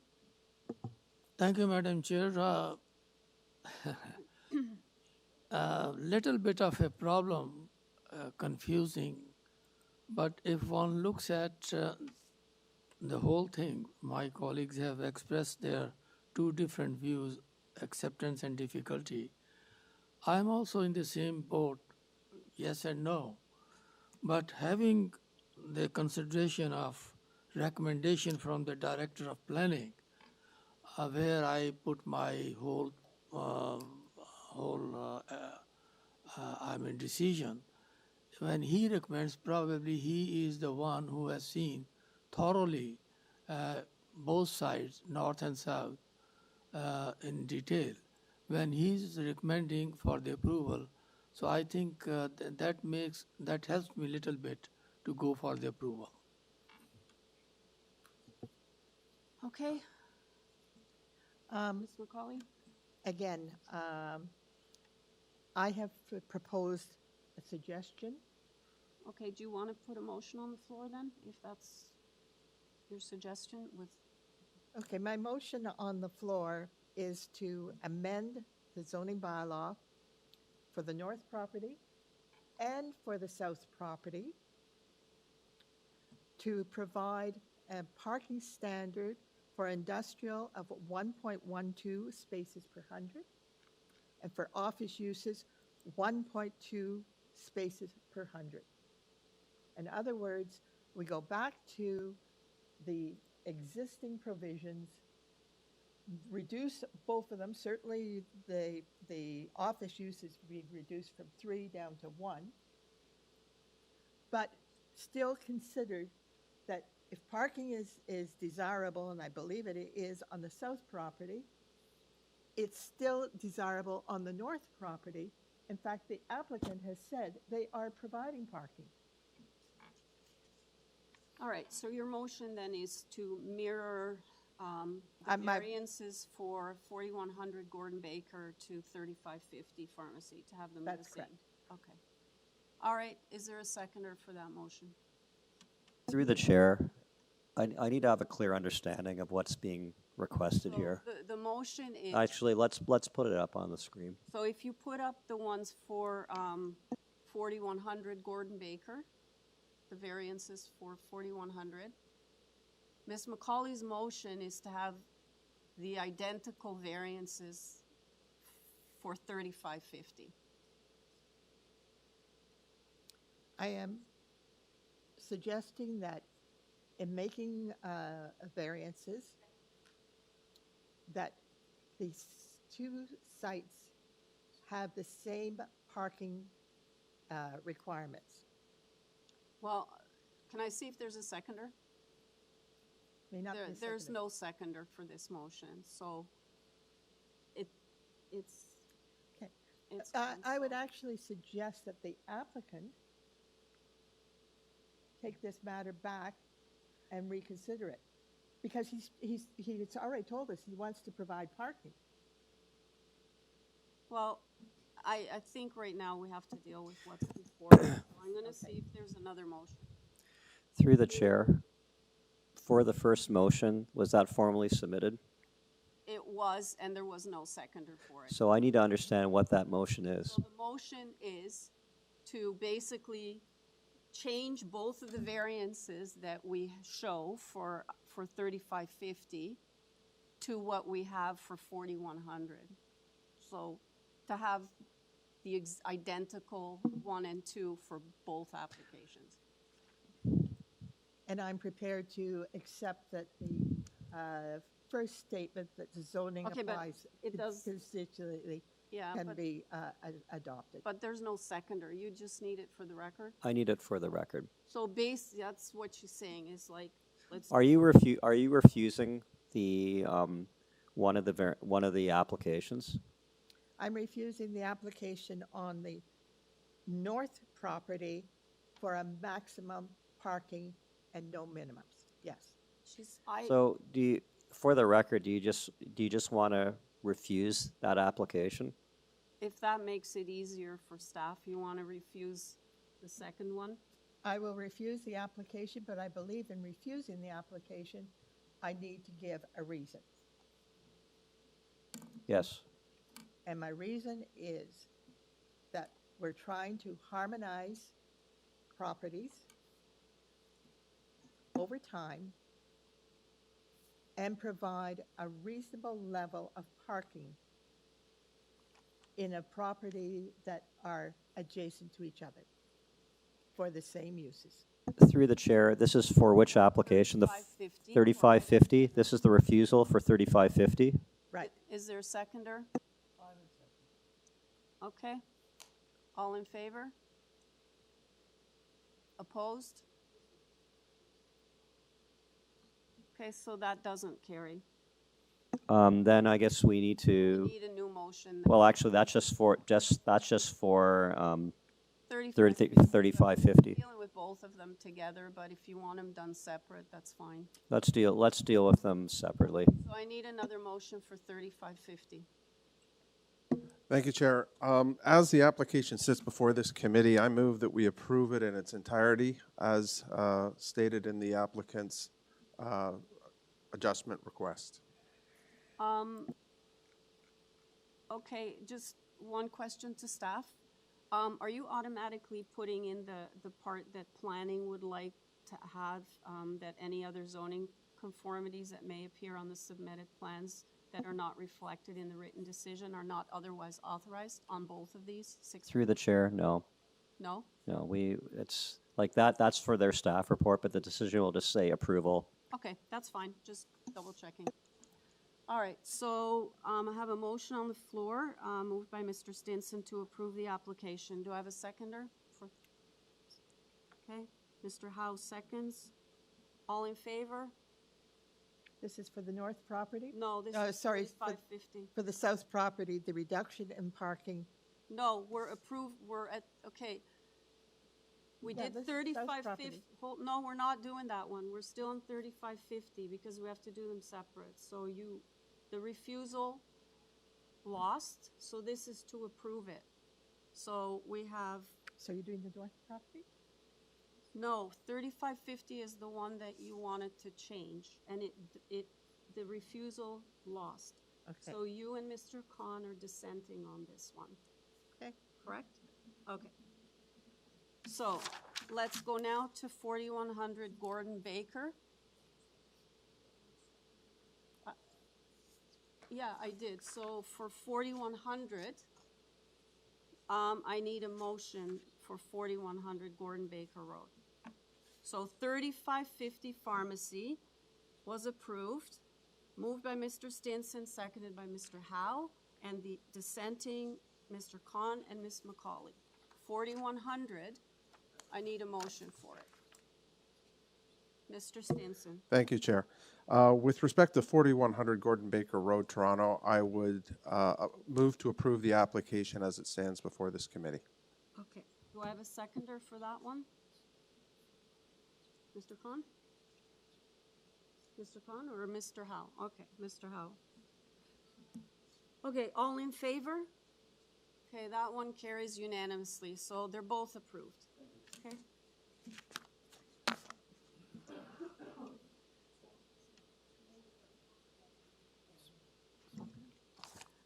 All right. The next item is item number 8, 255 Birkdale Road. We have before us public hearing notice 8. We did 6 and 7 together. Yeah? All right, number 8, 255 Birkdale Road. We have before us a public hearing notice, location, map, plan of survey and plans, previous decisions affecting the property, photos. We have advisory information from Ravine and Natural Feature Protection as well as the TRCA. And I'm not showing any speakers. Having said that, is there anybody in the audience for 255 Birkdale Road? Anybody online? Do we have the agent? Have the owner here, Brandon Dale. Hi, I don't think we need a presentation on this one. Let me double check with the members. No? Anybody have any questions on 255 Birkdale? Madam Okay. Chair, Yes. I just want to make it clear, what we're talking about actually on this one is a second parking space in the front yard. There is a parking in the front yard, and what they've asked for is a new parking spot in the front yard on the, what we would normally call the lawn. Right. Okay. Do you have any questions at all? Nope. No? Anybody else? Okay, sir, we don't have any questions. We're ready to take this into committee. Is there anything you'd like to add that's not in the materials before us? Nope, nothing additional on my end. Thank you. Okay, we're in committee, panel members. Ms. McCauley. Okay. I understand that parking can often be an issue. He's already permitted one parking space in the front yard. What the application is for is to provide a second parking space, deleting all the landscaping. He wants to pave the entire front yard. I don't think that is appropriate. I think he needs to consider how to provide 2 parking spaces or not. But I'm not supporting an application to amend the zoning bylaw and provide a parking lot across the entire property of a single-family dwelling. Any other comments? Thank you, Chair. I tend to agree with Ms. McCauley on this one. You know, it reminds me of they paved Paradise and put up a parking lot. And I'm of the view that perhaps we don't need more things like that in the city. So I'm leaning towards Ms. McCauley's frame of mind.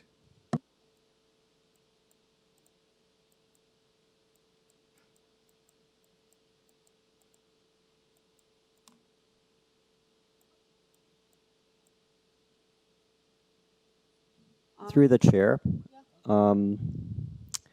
if the committee had issues with this, I think it would have been good for the applicant to know this in advance. I agree. So I think, given a couple of the comments that I've heard, that we should probably come out of committee. Mr. Dale, is there any thing you want to, and I need you to speak up because I could barely hear you before, if you want to talk about the parking and why you need it? Okay, thank you. Can you hear me clearly now? Yes. Okay. So there was already a zoning approval. It is a paved area in this yard right now, approved to the landscaping requirements as per the zoning requirements. It is hardscaped. I'm asking to use this hardscaping as a parking spot. The reason I need this parking spot is because I have recently put in a secondary unit in my basement. And I require cars to be able to exit and enter without moving cars around with the tenant. Because I only have a single lane entry due to a tree protection zone on my property. So the part, I'm just looking at at Google Maps here. I mean, from my perspective, there appears to be a lot of similar situations on the street. So it looks like there's a bit of, yeah, there's a car parked in the driveway. So do you kind of angle in front of the front door kind of thing? Yes, exactly. That would be the requirement, and then one car can pull out with the other one remaining in the same place. Yeah, so as I said, it looks like the neighbor has a similar situation with parking more than one car. So Mr. Stinson also, Mr. Stinson, yeah, go ahead. It is already paved. This is already complete. I have a zoning certificate for all the hardscaping that is there right now. I'm just asking for to use this space for a parking spot. Yeah, you're just trying to sort of make it legal to park there. Mr. Stinson has a question for you. Thank you, Chair. I want to thank the Chair for taking us out of committee. This is very useful information. I'm going to modify my position now. I didn't understand what the applicants just told us about already having it designated. And based on the fact that there's a unit below and needs the parking, I'm satisfied it meets the 4-test rule.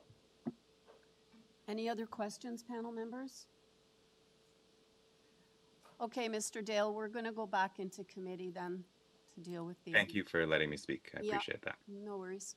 You're welcome. Okay. Well, from my perspective, this appears to be a similar situation. Multiple houses along the street from what I can see, and as Mr. Dale said, it's already paved, so it, you know, chances are people have parked there already anyway, so, you know, at least it'll be legal this way. So that's my position, and I would be in support of this application. I feel it meets the 4-test. You have a question? We're actually in committee now.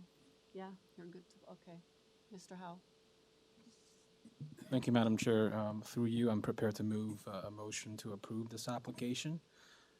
As everyone stated, I think it aligns with the character of the neighborhood. It appears minor in nature and meets the 4-test of the Planning Act. And based on those comments, I move approval of this application. Okay. Mr. Stinson? Thank you, Chair. I'll second the motion. Okay, I have a motion to approve the application, moved by Mr. Howe, seconded by Mr. Stinson. All in favor? Ms. McCauley dissents? Yep. Okay, your application's approved, sir. Item number 9 and 10, we're going to do together. Okay, so that's for number 12, Randall Crescent, parts 1 and 2. The items that we have before us are the same for both. Public hearing notice, location map, plan of survey and plans, tree preservation plan. We have photos, arborist report prepared by Thompson Watson Consulting. We have reports from community planning with conditions. Forestry is asking for condition number 3, I believe, on number 9, and 2 and 3 on number 10. And we have correspondence in support from number 21, Randall. I am showing that one person is speaking. Are they here? Okay, sir, if you want to come down and just grab a seat for now. Are you in support or opposed? Questioning the number of variants. Okay, all right, come on down. Do we have the agent on the line?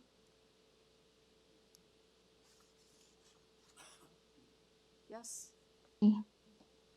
Hi. Hello. Hi, I need your name and address for the record, please. My name is Nusrat Jahan. I'm the applicant for this application. Address 3400 Danforth Avenue. Okay, you're aware of the planning report and the forestry conditions? Yes, ma'am. Okay. Can you do a brief presentation, please? We have somebody here who is speaking. Yes. Sir, you can grab a seat while she does a presentation. Okay, go ahead. Yeah. So This is an application for variances on the two parts. The lot is already severed. If you see the amended public notice, um, these are whole lots, lot 203 and 204, which are part one and part two. Although initially we applied for a consent application, but with the direction from the committee staff, we submitted real estate lawyer's opinion letter, which confirms that these are full lots and can be conveyed separately without violation of Planning Act. So therefore, we are going to apply soon for refund of consent application, and there's no need for no need to sever the lot because they're already severed. In terms of variances on the part,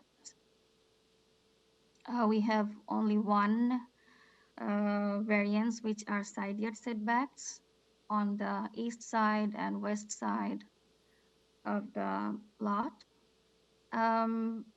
So we were unable to comply with the variance, with the zoning bylaw, because the purpose was to maximize the functionality of the dwelling and to meet owner's needs.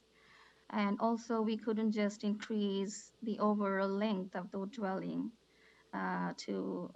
rather than increasing the width, which reduces the setbacks, because we already have utilized the maximum length for both parts.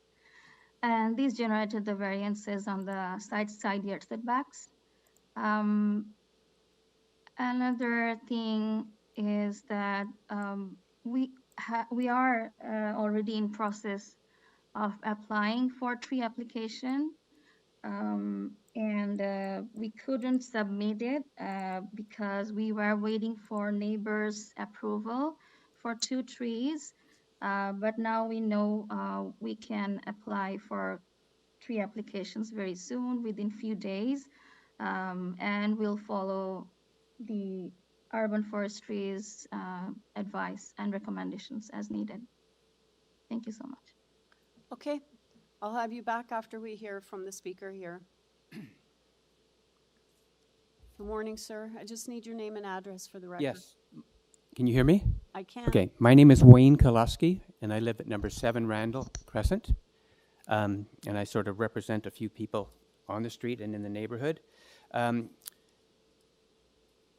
Basically, I just want to add some additional notes to comments that have been made in the letter that was submitted by the Cliffcrest Southwest, you know the guys, yeah. The acronym. So they basically the Cliffcrest Scarborough Village Southwest Residents Association have submitted a letter of objection. And probably there's a little bit of redundancy here. I apologize for that, but I just want to go through a series of points, if I may. So we understand from the senior planner, and it was just stated earlier, that a severance is not required in this application because there's no consent required. There's no severance being asked for because of the fact that these on the registered plan are 25-foot lots. In the neighborhood, basically, as most people will know, the construction was generally on 50-foot lots since far before I moved in myself in '86, tens of years more. So we understand from the senior planner that there's no severance being required. The application, or the applicant states on their variance, however, on their submission, however, they have 2 minor variances for side yards. That's pretty clear. But the zoning for this site is RD F12, an area of 464 meters. And if the existing 15.2 meter lot, which is the original 50-foot lot that they're asking to split in half, were split into 2 equal lots, each lot would have a frontage of 7.62 meters versus the 12 meters required, and an area of 313 square meters versus the 464 square meters required. My question is, why are these variances not being requested as well? That's number one. Can I keep going, or do you want to pause there with that question? No, keep going. Okay. Yeah, 5 minutes. On the application, the applicant states that it is not possible to comply, and I quote, due to smaller frontage and smaller lot area than required by law, variances are not possible to comply. Therefore, we are seeking relief from minor variances. Well, the zoning requirements could be adequately met if it weren't for the applicant wanting to create 2 lots in this location, so small that the zoning requirements don't meet those frontage requirements. So in the neighborhood, as I mentioned earlier, most of the homes are 50-foot lots, and there's probably documentation that we don't need to go into in the letter of objection referring to other applications. That's the point on the variances. There have been previous applications to split the 15.2 meter lots into 2 7.62 meter lots, and I make a reference to a couple of them if you don't mind. In 2016, the OMB permitted the lot at 10 Randall, which is really next door, to be divided into 2 lots.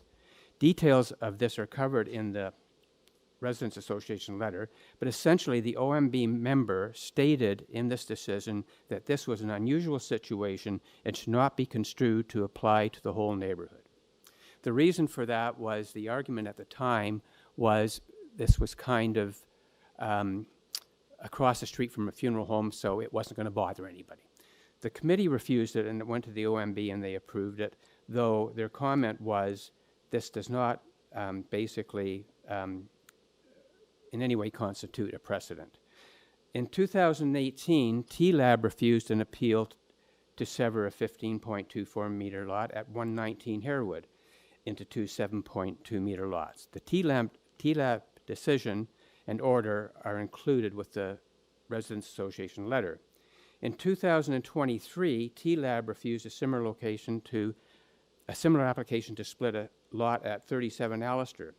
TLAB case files 21, 25, 157, S45, 20, and another one adjacent, basically are the report where basically they refused this application. So further to this application, the plans originally attached to this application indicated a garden suite, and this may not be relevant, but I'll just bring it up anyhow, at each of the split lots. But these were removed in revised plans on the 25th of November 25.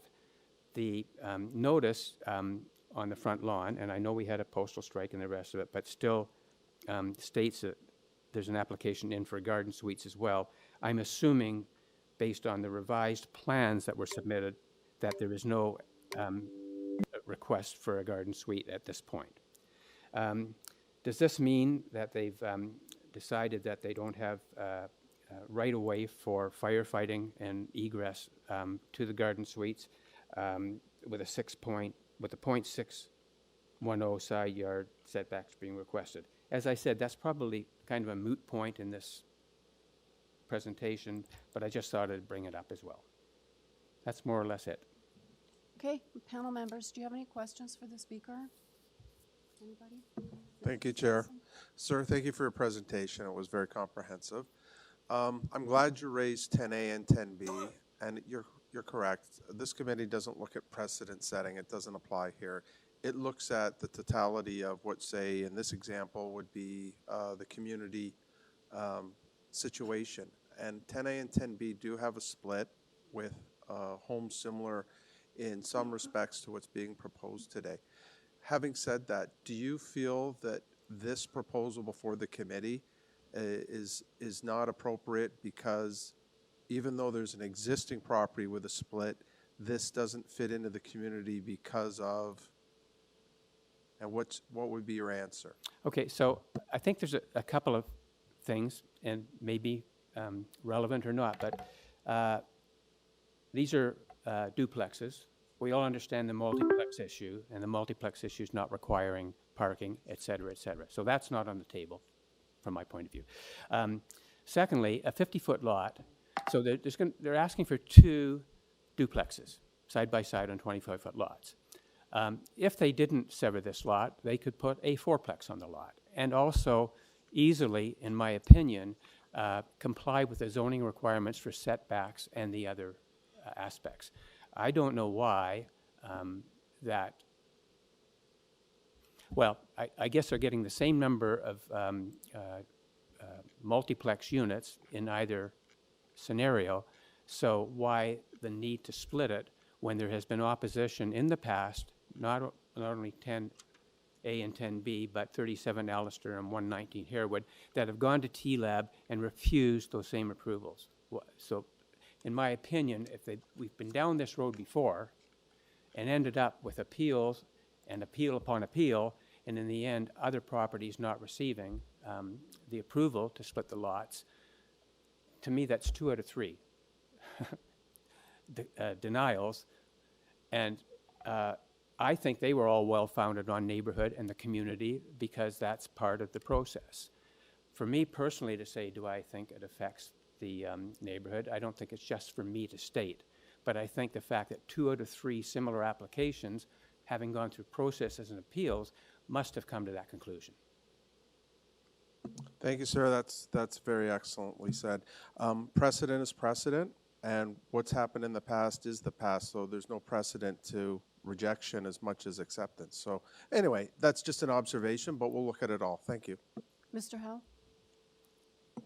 Thank you, Chair. Through you, I just want to clarify with everyone, it doesn't look like the applicant is looking to sever. They're not requesting a severance here. They're stating that they have already, the lots, it's already severed, so they're no longer requiring any consent to sever in this case.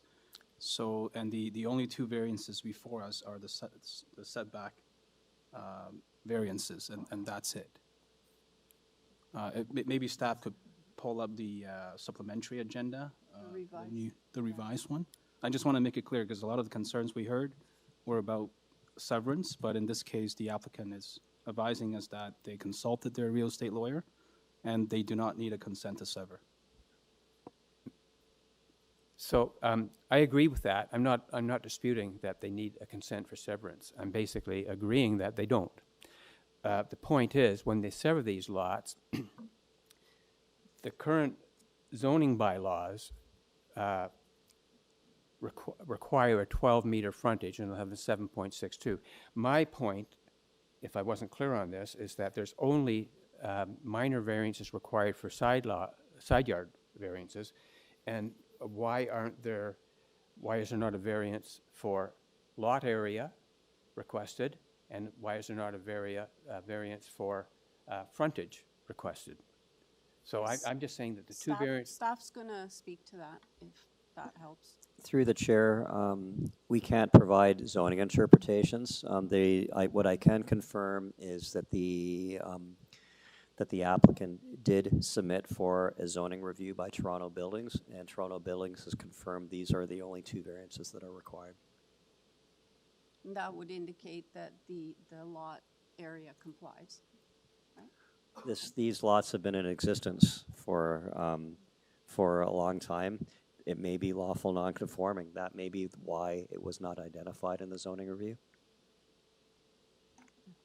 Could I also ask you a question? Are they proposing garden suites? Because I don't see them on the plans unless I'm missing something. Through the chair, they are not. So then can you please revisit, even the revised notice is still talking a garden suite in the rear yard in the 2nd sentence? We will ensure that that is deleted from the in the decision as a technical amendment. Yeah, for both of them, I think. Correct. Thanks. So you are correct, there's no garden suite, but that was also still in the purpose, so that'll be corrected. Okay.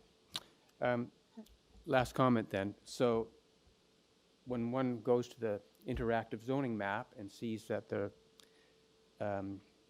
zoning requires 12-meter frontages and 464 square meters of lot area, those are irrelevant in this case, well, in that they haven't asked for a variance on those 2 zoning bylaw requirements? So those would be current zoning bylaw requirements. So what the staff indicated, that it is quite possible that when the subdivision, I think, was created, that the lot requirements were different, which means they're grandfathered. Okay, so There is no precedence, but TLAB has commented on this in the past, so the avenue, if this is approved, would be an appeal to TLAB then. Is that more? I don't know, but we've heard your comments, sir. I'm going to go back to the applicant and have Okay. her speak to what you've said. So grab a seat. Ms. Jahan? Yes. Can you speak to anything that was raised here by the speaker? Yes, I would like to repeat that we are not requesting for consent because these lots are full lots, and on the original plan of subdivision, regarding the garden suite, as the staff said, that would be removed as a technical amendment, because at this point we are only seeking variances for the detached dwelling for both parts. I believe I have covered everything that the applicant is, sorry, the speaker was requesting. Yeah. I think Mr. Stinson has a question for you. Thank you, Chair. This application and subsequent builds, are they being used by families or are they being used as rental units? At this point, for families, but I'm not sure about in future. But to this date, owner has intention to use it for his own purpose, for his own family. Thank you for your answer. And just to be clear to everyone present, that has no bearing on the committee as much as I just wanted to, nice to know. Thank you. Go ahead. Mr. Khan and then Ms. Macaulay. Thank you, Madam Chair. Through you, I am asking the applicant or the agent, is it a constant or just you're applying for the variances? We are applying for variances, sir. Madam, in application you're saying proposal to sever one lot into two and construct new 2 units, etc., etc. So you are using the word sever. No, there's a revised notice, Mr. Khan, in the, here. Okay, there is a revised, okay, you are, supplemental. okay. So she's removing that Yes, and then this, one. All right. this part about the garden suite, the staff will also remove. Removing, okay. Thank you, Madam Chair. Thank you, Madam. Thank you. Thank you so much. Ms. Macaulay, you have a question? No, it's more a comment. Can we wait then till we're in committee? Unless you have a question. Certainly. Okay, great. Are we not in committee yet? Through the chair, we have another person online. Oh, we do? Oh. Okay, another speaker?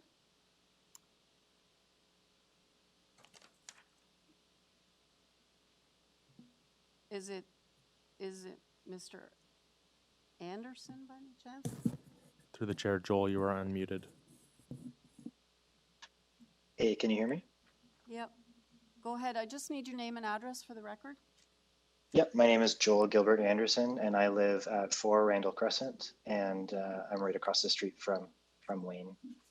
Okay, you have 5 minutes to say what you'd like to say. Great, thank you. I'll keep this relatively brief. I think generally, I first of all have no connection to the project, but I think it's really important that we hear different voices when we look at how our city changes, and we often hear strong comments from the Residents Association, but I do believe that there's a different way that our community needs to change, and so I do speak in support of this project. I think the variances are relatively minor. I think there's some technical details that are confusing to the community, to the neighbors, to myself even who works in this industry, related to the severance, but that's not really up for discussion at this committee. So ultimately, I just wanted to voice my support, say that 10 Randall is, I think, while may not be considered a precedent, demonstrates that this type of development can comply with the existing neighborhood form and character and doesn't detract from the neighborhood at all, and in fact does enhance it. So I would wrap my comments there, and thank you, committee, for your time. Thank you very much. Any questions for the speaker? Okay, seeing none. So just to the staff, that's everybody, right? There's nobody else online? Through the chair, that's correct. Okay, all right, so we can go into committee, and then Ms. McCauley, you can go ahead with your comments.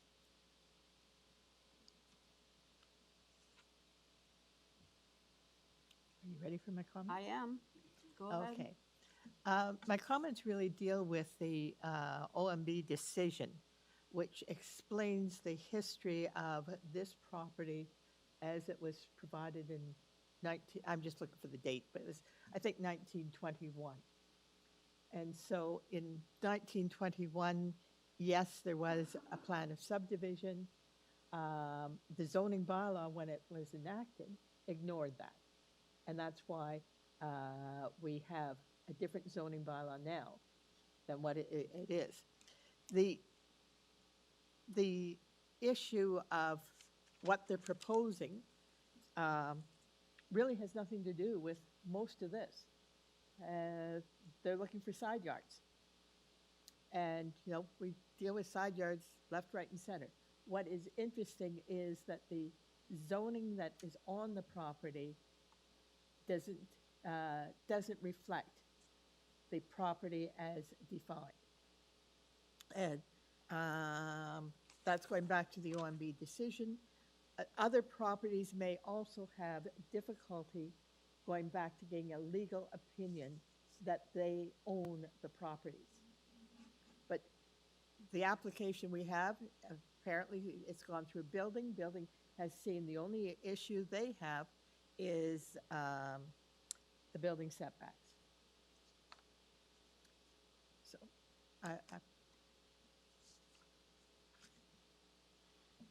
I would suggest that the residents, and I think you have, because I know this residents association is very good and very, very strong.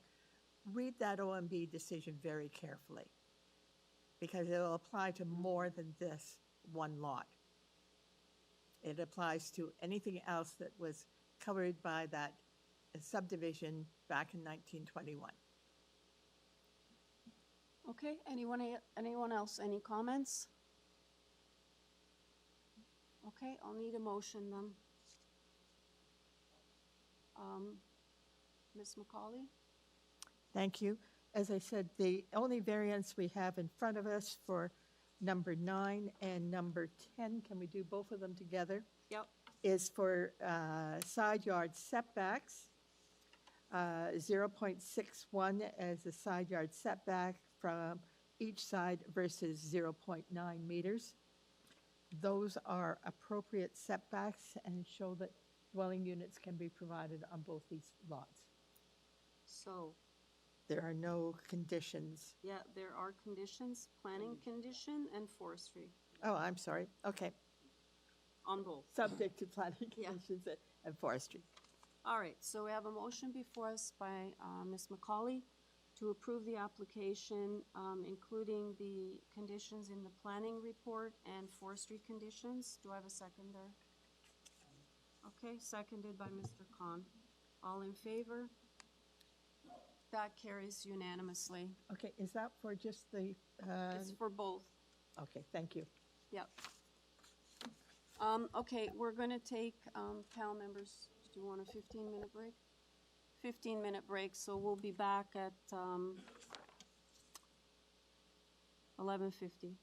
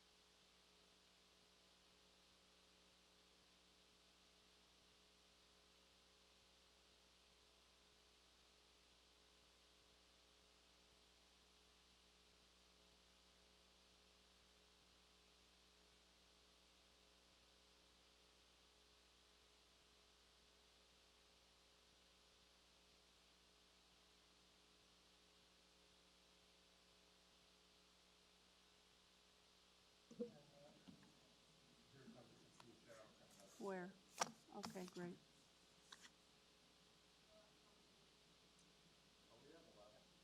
Yes. Are you sure? Yeah, okay, I can read this stuff. All right, the next item is item number 11, 3260 Shepherd Avenue East and 2 Cherry Blossom Gardens. We have before us the public hearing notice, location map, plan of survey, and plans, previous decisions affecting the subject property, a cover letter from Urban Strategies, servicing availability and feasibility memo. We have transportation letter, plan of subdivision, T-Lab decision and order from 2020, official plan, information, site-specific bylaws, statements of approval, the site plan application. We have a tree preservation plan, tree site photos, and presentation materials.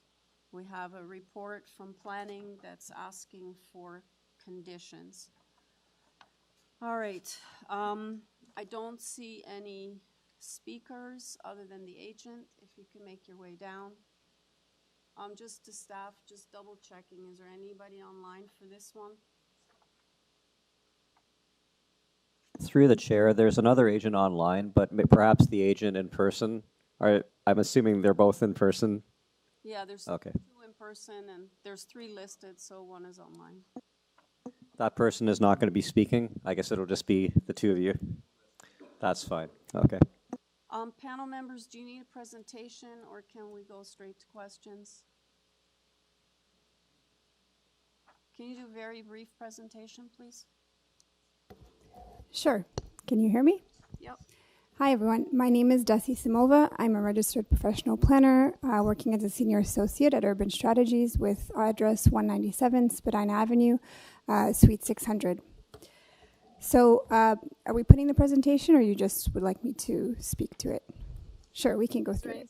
You want a brief presentation or? Sure. So the site, we won't walk through it essentially, but there is a site-specific bylaw number 1002/2014, which permits a 3-phase development on the site and the parcels just south of the subject site. These 3 phases of development have an approval of 805 dwelling units, with phases 1 and 2 south of the site permitted have a permission for 3 buildings ranging from 11 to 30 stories in height. There was a October 2024 site plan for the subject site, which is phase 3, which approved 13 townhomes, each 3 stories in height. And today the proposal before you is for a singular 4-story apartment building. And I can walk through that in a bit, but essentially the reason for this proposal is due to low market demand for larger townhouse units. So the proposal now is for that one singular 4-story building with obviously smaller apartment units than what is proposed for the townhomes, all in keeping within the 45-degree angular plane from the northern property line and within the required zoning setbacks. So essentially the building is, or the design of the building before you here on this slide, is a result of a pre-application consultation and several back and forth discussions with city planning, transportation, and engineering staff. And so it's 4 stories, with the 4th story comprising just a portion of the building footprint and only consisting of amenity space, both indoor and outdoor, located or sort of like pushed south towards Cherry Blossom Gardens. In terms of parking, there are 2 below grade levels of parking. There's an entry ramp and main building entrance on the west portion, or the very western edge of the site, similar to what was shown or what's been approved for the townhomes on site, with the ramp leading up to the below-grade parking at the rear of the site. Much shorter ramp than what was proposed for the townhomes, as the ramp goes into the building, and then there's a bit more room on the north than what's approved now for additional landscaping. And so just to go to the next slide.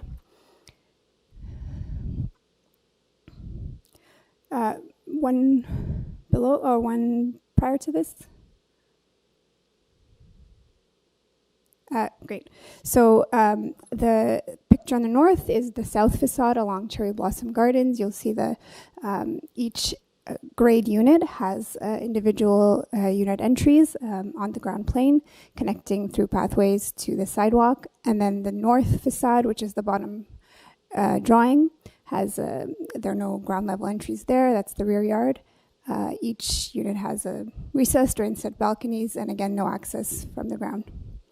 The reason why I mentioned this earlier on in the formal presentation is that the site is within a site and area specific policy, number 373 in the official plan, which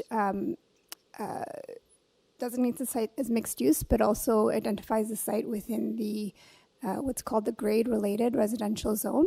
And so this is an area where grade-related units are encouraged. So this is access, direct access to the ground plane. So this is what we've tried to do through the design, and I guess achieved through the design of grade units with at-grade entries. So we're seeking 5 variances today. Variance 1 seeks to permit an apartment dwelling unit on the site, an apartment building, whereas currently multifamily dwellings, including fourplexes and group homes, are permitted. Variance 2 seeks to increase the overall permitted density, and this is the density for the entire phase 1, 2, 3 site from 5.2 to 5.23. Variance 3 seeks to increase the number of permitted dwellings, again across all 3 sites by 4%, so 33 units from what's approved. Variance 4 seeks to decrease the average finished grade measured at the street line. So essentially what this means is that the proposed building sits lower than what the approved townhomes are, and this is typical for an apartment building. And variance 5 seeks to increase the maximum permitted height from 3 to 4. Can I ask you to wrap up, please? Yep. So the height, just to, if we can go a couple slides down where there's the graphic. This is where, yeah, perfect. I'll just end off here. You'll see the building height and envelope mimics what's approved for the townhome. So again, we're within that 45-degree angular plane from the northern property line, where there are then low-rise residential neighborhoods to the north. Thank you. Okay, thank you. Panel members, do you have any questions? Okay, if there are no questions, then let's take it into committee.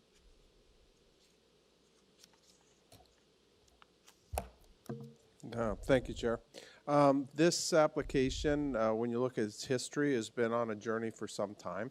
And today we see through the brief presentation and the paperwork we studied before we came here that there is no dissent from various city departments. I personally like the design, and I've also feel that it fits at the right place, at the right time, at the right location for what the city needs in terms of more density. I'm not always strongly moved by that, but this is, for me, everything lines up. So those are my thoughts on that. Ms. McCauley? I was expecting him to move approval. Oh, Mr. Stinson or Mr. Howe, do you have any comments? Thank you, Madam Chair. I agree with my colleague, Mr. Stenson.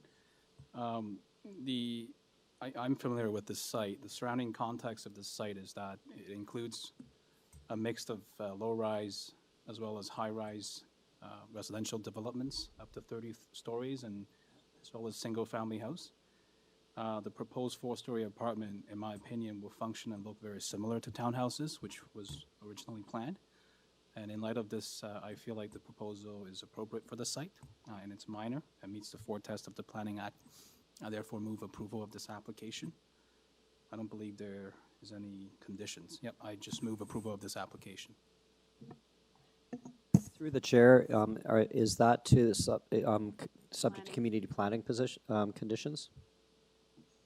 Sorry, my mistake. Yes, subject to the community planning condition. Okay. I will second that. Yeah.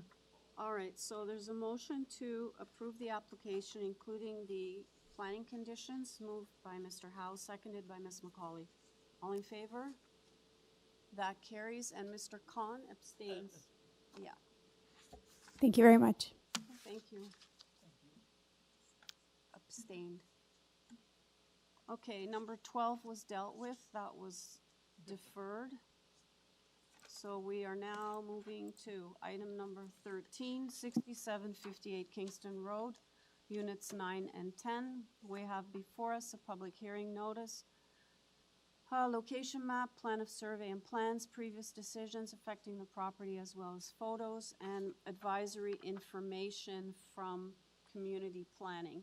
We have one variance before us, and I believe the agent's online. Is there anybody here for 6758 Kingston Road? Seeing none. Okay, do we have the agent? Benskowski, 301 Keewatin Avenue. Good morning. Panel members, do you need a presentation or can we go to questions if you have any? Anybody have any questions? Okay, Mr. Benskowski, we don't have any questions. Is there anything you want to add that's not in the materials before us? I would just say it's an expansion of a successful business in a strip mall that, you know, that fronts Kingston Road. Exactly what we should be encouraging in neighborhoods like this. Okay, let's go into committee. Ms. McCauley. I will recommend approval. There are no conditions. Okay, do I have a seconder? Chair, I'll second the motion. Thank you. Okay, I have a motion to approve the application, moved by Ms. McCauley, seconded by Mr. Stinson. All in favor? That carries unanimously. Thanks. Okay, item number 14 was deferred, so let's go to item number 15, 65 Treverton Drive. We have before us public hearing notice, location map, plan of survey and plans, photos of the site. We have a report from Metrolinx with conditions and correspondence expressing concerns from 67 and 121 Treverton. And I believe there are several speakers, so anybody here speaking? Okay, if all of you can come to the front. And my understanding is that Mr. Laver, Tom, that you want him, is it Laver? You want him to speak first? And he's online, right? Yeah, at the front. Yep. Okay, in the meantime, is the agent on the line? Vasegul Reyes. I'm from Alphatron, so I will be presenting 65 Treverton owners. Okay, sir, we have several speakers here as well as one online. Can you do a brief presentation, please? Yeah, sure. Well, we are actually, there is an approved storage shed at the backyard of the house. And by using the same setbacks with the same existing structure, we are proposing a two-story garden suite at the backyard. And this garden suite will be used by the owner by himself, by his son. And the only thing which we are proposing that the allowed two-story garden house should be 60 square meter, and we are proposing 69.16. So we are just requesting for 9.16 square meter of additional space. Thank you. Okay, sir, I'll have you back after I hear from the opposition. Okay, Mr. Laver, are you on the line?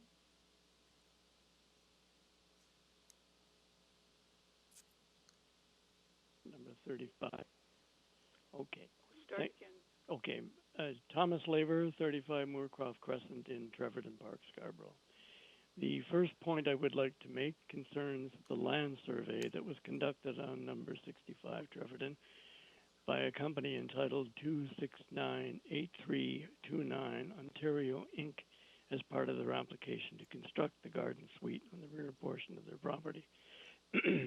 Ms. LeBlanc, the applicant from number 67 Treverton, informs me that number 65 survey by the company just referred to took place in March of this year. However, again, according to Ms. LeBlanc, the survey document that was submitted by the owner of 65 Treverton was a 1959 survey which did not show the building upon which the proposed garden suite is to be constructed. And she states that this year's survey was not included in the application. We are curious, we members who are supporting her, as to why this year's survey was not sent in. And interestingly, a membership search on the Association of Ontario Land Surveyors of the company in question, again 2698329 Ontario Inc., comes up with no results. Further investigation provided more information from the association about this survey company, and that will now be presented to the committee by one of those physically present there right now. My second point, of which I know you're aware, is this. According to the rules of procedure of the Committee of Adjustment, the owner of a dwelling applying for a renovation will be, quote, provided with a public notice sign which must be posted in a prominent location on the property and visible from the street for 10 days prior to the hearing, unquote. Ms. LeBlanc informs me that the time period between the placement of this sign and this hearing was less than the required 10 days, leaving residents less time to make known their concerns. And finally, my third point concerns the stress that these kinds of renovations, such as those proposed at number 65 Treverton, places on the rest of the Treverton community, as well as in this instance on Ms. LeBlanc herself. I understand there are already 2 new suites in the basement of number 65. How many people, if you include the residents who live on the top floor, will be present on this property? Excessive noise, garbage, parked cars in the street will become an issue, as it already is in this neighborhood. And some of the homes that are rented are unkempt properties with cars parked in the front lawns. And we understand there is a major housing crisis in Toronto, Madam Chairman, and that some relief in the form of basement suites must be provided. However, what is proposed at number 65 is, in our opinion, excessive. So thank you for your time, and thank you for listening. Sir, Mr. Stinson has a question for you. Thank you, Chair. Sir, thank you for that presentation. Very informative. You said that the requirement, you are correct, is 10 days for public notice visible. I don't think I heard how many days you're asserting it was up. If it wasn't 10, what was it? I would say 9. Because today's the meeting. It went up on the 25th, as Ms. LeBlanc tells me. Okay, thank you, sir. Mr. Khan. Thank you, Madam Chair, through you. My question is, I need a brief answer. When was the shed built? I do not know that, sir. I was told 20 years ago that it wasn't on the 1959 survey, which, if I understand how this works, that is part of their application. The 1959 survey was the one sent in, not the recent one in March of 2025. So the shed wasn't there 20 years ago, is what Ms. LeBlanc tells me. Oh, pardon me, in 1959. Sir, if it Neither was were any of us. If it is an old structure, so I understand it was built without permit or with permit? I'm sorry, I'm hard of hearing. What's that? Do you know if the shed was built with or without a permit? I do not know. Now, there's also a backyard complaint that it is full of junk. What kind of junk it is? I'm sorry, what kind of? So the backyard, there's a complaint that Mr. Khan has seen that talks about junk in the backyard. He wants to know what kind of junk is in the backyard. Yeah, someone else, one of the other speakers present knows far more about that than I do and will speak to it.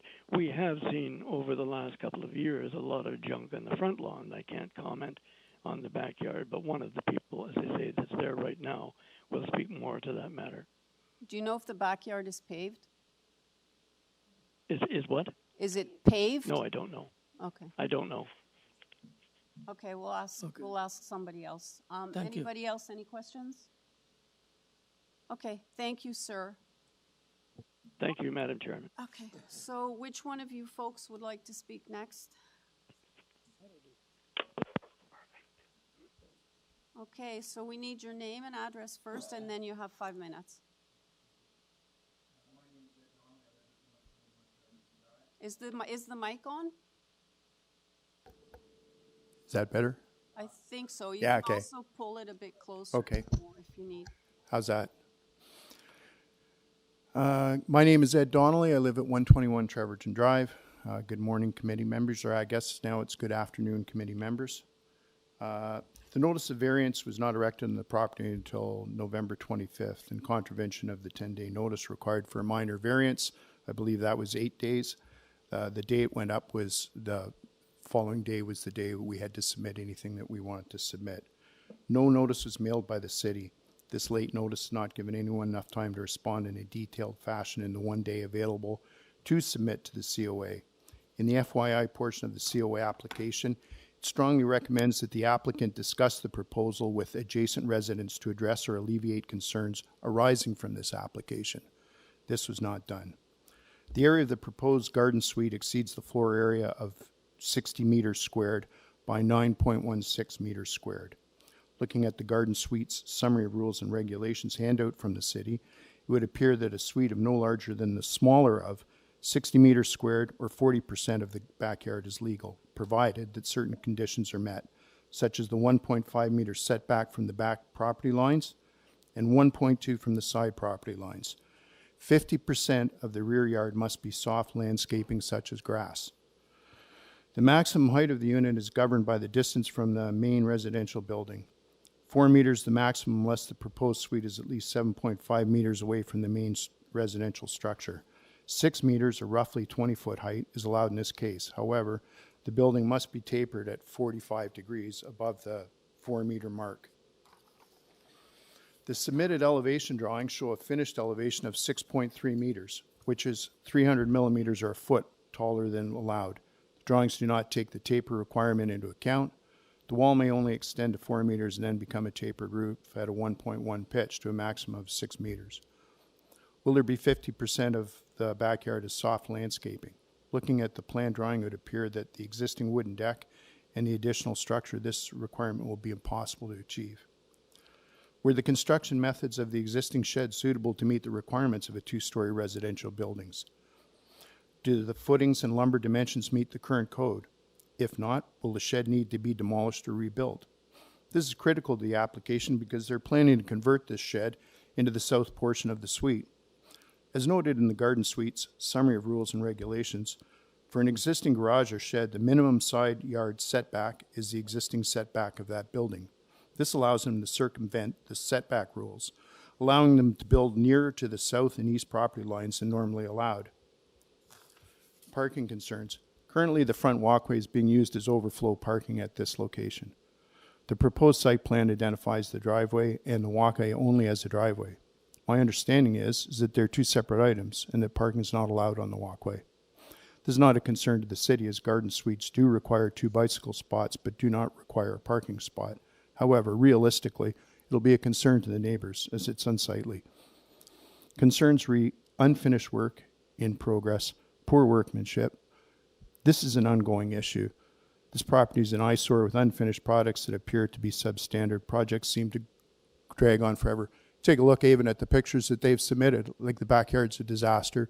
Even the front yard picture that they've provided has garbage on it. This is typical. Currently, there's a fridge now on the front yard. Anyways, one of the other items is drainage. Currently, there's issues with drainage from the existing structure. Where will this run off to for with an additional structure, especially with a lack of softscape? Property values and enjoyment of the property. I treasure the time spent in my backyard, and I can't imagine the impact would be of having a monstrosity like this proposed garden suite built right next door to me. This would affect the enjoyment of my property, my well-being, as well as the financial impact on my property value. In summary, the footprint's larger than allowed, the proposed building is higher than allowed, the walls are higher than allowed, and the backyard can't meet the softscape requirements of 50% of the backyard. I'd ask that you reject this proposal. Okay, Mr. Donnelly, and actually everybody else, I was just enlightened by staff that you are in fact correct. Improper notification was given, which means we have to defer the item and they have to go on another agenda. So I know you all came down here, and as much as we'd love to hear from you, and I appreciate you coming down, we have to defer this item. Now, the other thing I will say that several of the issues that you've raised, we only deal with the variances. So I get, because I live this myself, having stuff beside you, that's a bylaw enforcement. 100%. Drainage will be looked at through the building permit process. So they are required to have, you know, the drainage looked at. But when you come back, like, we only really look at the variances. We're very sympathetic with all the other concerns. Having said that, I'm assuming the applicant's listening, and I'll have him back, but we will be having to defer because you gave improper notification, and I would also suggest that this is an opportunity for you to meet with the residents that are here, and maybe have some discussion before you come back. Maybe you can alleviate some of the opposition. Through the chair, because we have the signed declaration on the screen right now, which indicates it's actually November 24th, which is actually the day after the statutory deadline. So I guess the question is, actually, can we speak to the applicant right now? Yeah, sure. If we can bring the applicant back, and then if the Yes, I neighbors can can speak. stand by. Yeah, go ahead. I guess the question is that because the declaration that you've submitted is indicating that it's you've dated it November 24th, but was the sign posted on or before November 23rd? Can you confirm? Yeah, because it was a Sunday on 23rd, so we have to submit the declaration and the picture to the city on 24th because of the weekend.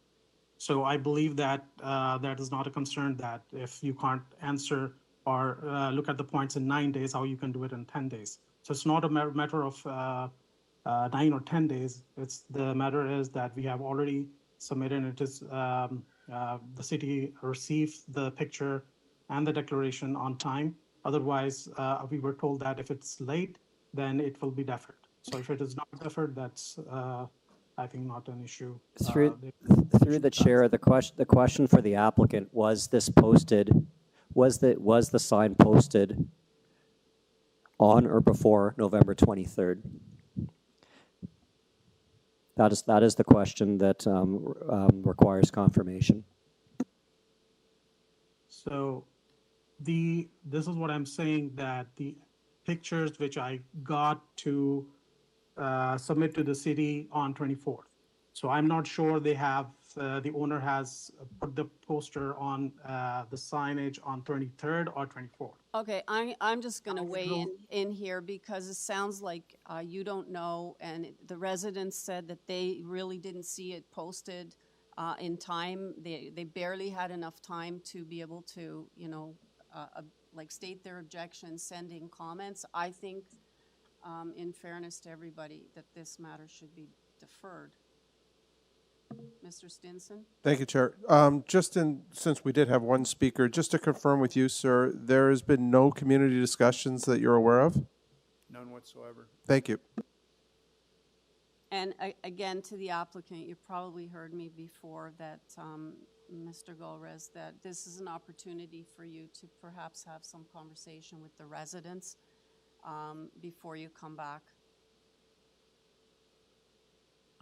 Yes, ma'am. We can have, the community can have a discussion with the resident, but I guess that we are here to just talk about the variance on the 9.16 square meter, and talk about the other issues. They can be done laterly, but I really request that just for the minor variance through which we are here, it should be resolved in this meeting. Okay, well, we just established that the sign was, it's very likely the sign was not posted in time, and as such, we have to defer it, which is why I'm saying this is an opportunity for you to speak with the residents, and perhaps you'll have less objectors. I think the committee members are well aware that we only deal with the variance, as I stated, and that some of the other issues are bylaw enforcement and building department issues that they can take up with those departments. but it sounds like the sign wasn't posted in time.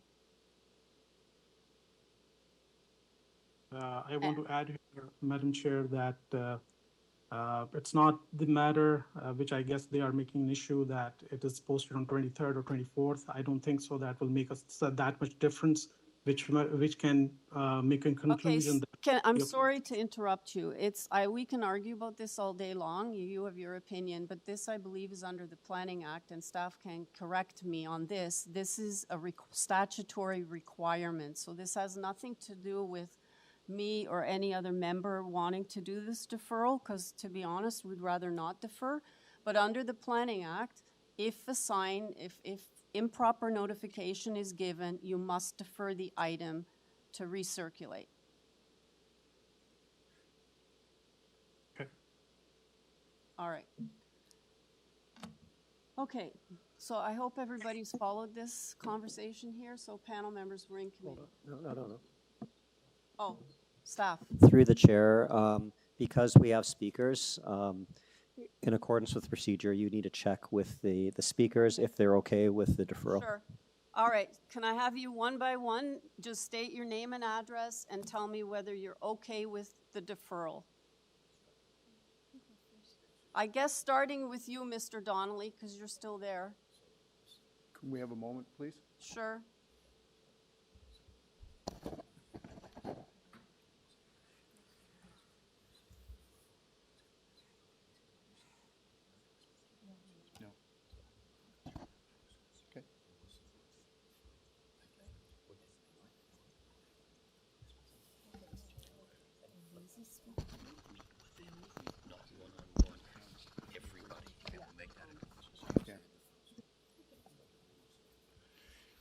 Okay, my name's Ed Donnelly, and I agree with the deferral.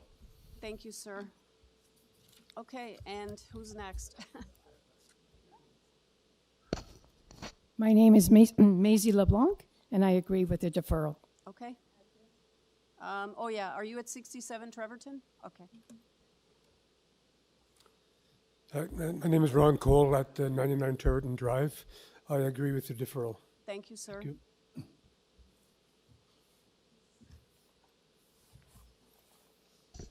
My name is Denise Stoko, and I agree with the deferral. I live at 91 Treverton.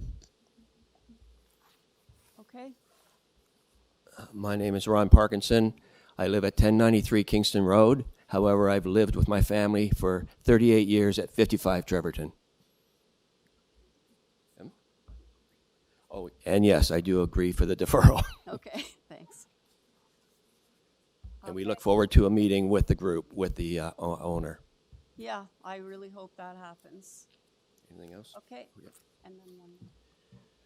My name is Peter Thatchuk, and I am a member of Scarborough United Neighborhoods. I do not live on Treverton. Okay. And then Mr. Laver online. You're okay with Thank the you. deferral? Oh, sorry, and I agree. I agree with the deferral. 35 Moorcroft Crescent, Tom Laver. I agree with the deferral. Thanks, everybody. We're in committee. Mr. Stinson had a comment. Yeah, I just want to say while we're in committee, we're going to take the vote on deferral. Two things. I highly recommend to the agent applicant to have community discussions. This committee looks favorably in due process to that exercise. And I would also say that any false or misleading information in an application can cause problems with an application being approved. So we've heard some interesting information today about a survey. I hope that information is accurate because there's a good chance city departments will follow up on that. Thank you. Okay. I need a motion on the deferral. Mr. Howe. Thank you, Madam Chair. Through you, hearing both sides, I'm not satisfied on the balance of probability that statutory notice requirements under the Planning Act was complied with. In light of this, I move deferral of this application so the applicant may address notice noncompliance. And I would also recommend the applicant have frank discussions with the speakers here today to address their concerns. Okay. Ms. McCauley. All right. So I have a motion to defer the item because of improper notification. And that's moved by Mr. Howe, seconded by Mr. Through the chair, I just want to make sure it's defer due to insufficient notice and to, was it to confer? And to have a discussion with the community. Okay, thank you. Okay, and so that's moved by Mr. Howe and seconded by Ms. McCauley. All in favor? Okay, that carries. Thanks, everybody. Thank you. Sorry to keep you here all morning, but Is there any way this could be put on when it comes back on at the beginning of the hearing so that people don't have, we're all seniors, or most of us are seniors, and we treasure the remaining years we have. speak to staff. I don't think they can guarantee that, but maybe they can do their best. Well, But have a there's discussion. nobody in January right now, so we could be on now. They have it on. Oh, well, darn. Okay. I gotta go and get my coat. Okay. Okay. The next item is item number 16, 117 Eastwood Avenue. We have before us a public hearing notice, a location map, plan of survey and plans, photos of the site. We have reports from forestry asking for condition number 2. And we have Metrolinx conditions. And Ravina Natural Feature Protection have no conditions. And I believe that's it. And just flip the page here. I don't see any speakers listed. Nobody else here to ask. So do we have the agent on the line? Yes, good afternoon, Madam Chair and committee members. My name is Ala Makour at 159 Quebec Avenue.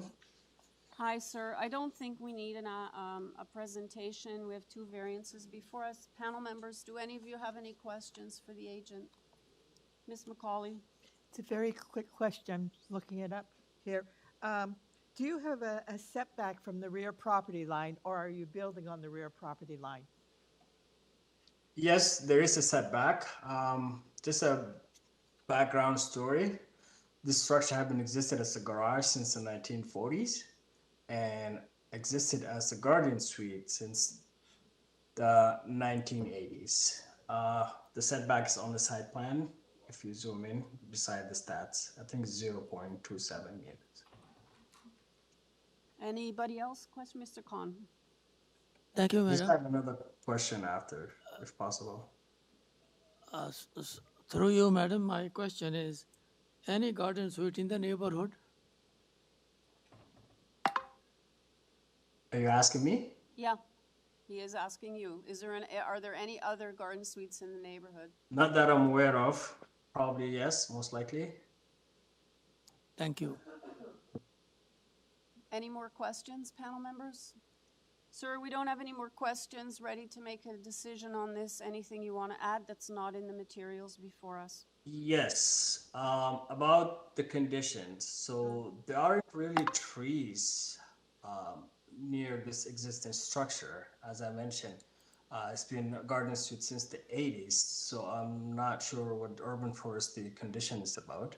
Also, they have sent a second email on the 26th, and at the bottom of that letter, they indicated the property address and then no condition marked with an X.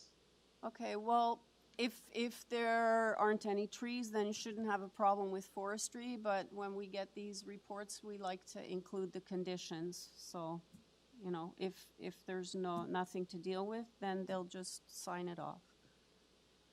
Right, but are you aware of the memorandum? Yeah, I signed am. by That's urban why I'm forestry? telling you, the committee always adopts forestry conditions, but at the end of the day, whatever conditions departments put on or suggest to us, you know, you work them out. So if you're saying there's no tree, then, you know, you'll work it out with them. Not only that, they said no conditions.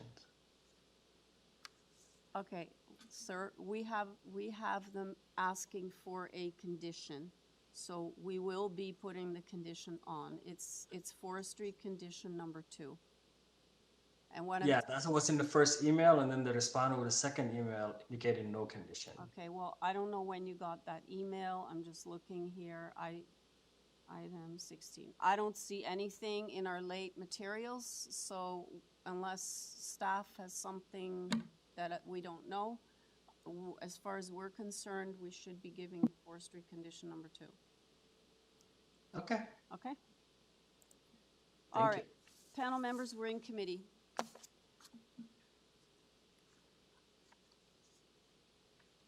Mr. Khan. Thank you, Madam. My thoughts on this thing is we have 2 variances in front of us, and the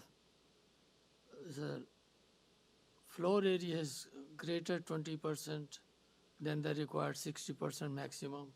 And the second one is soft landscape is again half of the 50% required. Although there are conditions from the metro links, ravine, as well as forestry. So my conclusion is that probably this is a little bit of a short in zoning requirements, and therefore I'm thinking and would like to hear about more comments from my colleagues to make up my mind. All right, Mr. Howe. Thank you, Chair. I mean, looking at the garden suite size and the existing building from the survey, if you add them up, it looks like it comes to about 41.73%, so 42%, sorry. So about 42% combined. The ADU regulation 299-19 permits up to 45% lot coverage. So it falls within the 45% limit. The garden suite looks modest. It's 1 story. So overall, I'm satisfied that the 2 variances before us are minor, and I would it meets the 4 test of the Planning Act, and I would move approval of this application. Okay, Mr. Howe moves approval, including forestry condition number 2, as well as the Metrolinx conditions. That's right. Sorry, I forgot. Yeah, subject to. Sorry, I thought you mentioned it. Urban forestry condition 2 and Metrolinx condition. Hi, thank you, Chair. I will second the motion. Thank you. Okay, so the motion is to approve the application, including Metrolinx and forestry number 2, moved by Mr. Howe, and that's seconded by Mr. Stinson. All in favor? That carries unanimously, sir. Your application's approved. Item number 17, 24 Cascaden Street, or Cascaden. We have before us a public hearing notice, location map, plan of survey and plans, a red-lined public hearing notice. We have photos. We have a report with forestry asking for condition number 1, and we have advisory information from transportation. And I don't show any speakers unless that's changed. Do we have the agent on the line? Good afternoon. My name is Nico. I'm the agent for this project. Okay, can I just go over the revisions to your variances? So you're deleting variance number 1? That's correct. So, and then, yeah, I just want to go through this with you. And then variance number 2, you're changing to 7.05 meters. Variance number 3, 39.2, which is 33.05 meters squared. And then number 4, it's 60.83%, which is 25.67 meters squared. Correct? That's correct. Yeah. Okay. I'm not sure we need a full presentation. No, I'm getting no's. Does anybody have questions for the agent? Okay, Mr. David, there don't appear to be any questions. Is there anything you want to add that's not in the materials before us before we go into committee? No, everything is good. Thank you. Okay. All right, we're in committee. Mr. Khan. Thank you, Madam. I'm making a motion that this application be approved for as mentioned, as amended, 1, 2, 3, and 4. So I make it to be approved with forestry conditions. Okay. Do I have a seconder? Ms. McCauley. Okay, I have a motion to approve the application, including forestry condition number 1, moved by Mr. Khan, seconded by Ms. McCauley. All in favor? That carries unanimously. Okay. Final item in the morning session, 625 Huntingwood Drive. We have before us public hearing notice, location, map, plan of survey and plans, photos of the site, presentation materials from the applicant, reports from planning asking for a condition, and 3 form letters in support from number 621, 624, and 626 Huntington. Okay, I'm not showing any speakers. Do I have the agent on the line?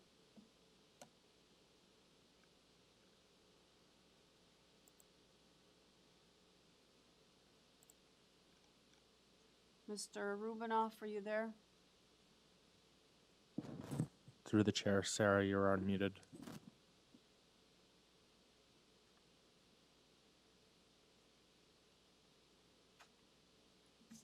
Okay, while we're waiting, panel members, we have 3 variances before us.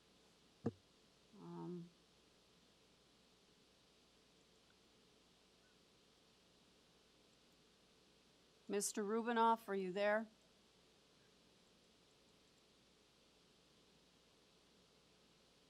Hello, can you hear me? Hi. Oh, hi. Sorry about that. It's Sarah Barkley from Rubinoff Design Group. I'm just stepping in for Glenn today. Okay, your address, please? It's 2 St. Clair Avenue West. Okay, I don't think we need a presentation. Panel members, do you have any questions? Okay, Mr. Stinson. Thank you, Chair. Community planning has said that we recommends we tie this to the site plan. Any problems with that? No, we're in agreement with that. Thank you. Any other questions? Okay, Ms. Barclay, we're ready to make a decision on this. Anything you want to add that's not in the materials before us? No, I think we're good. I'm happy to answer any questions. All right, we're in committee, panel members. Mr. Khan. Thank you, Madam Chair. I would like to make the motion that this application be approved with the conditions. With planning condition? Yes, ma'am. All righty. Do I have a seconder? Mr. Stinson? Thank you, Chair. I'll second that motion. Okay, we have a motion to approve the application moved by Mr. Khan, seconded by Mr. Stinson. All in favor? That carries unanimously. Your application's approved. I'm thinking we should break till 1:40, if that's, or do you want to go to 1:30? Doesn't matter.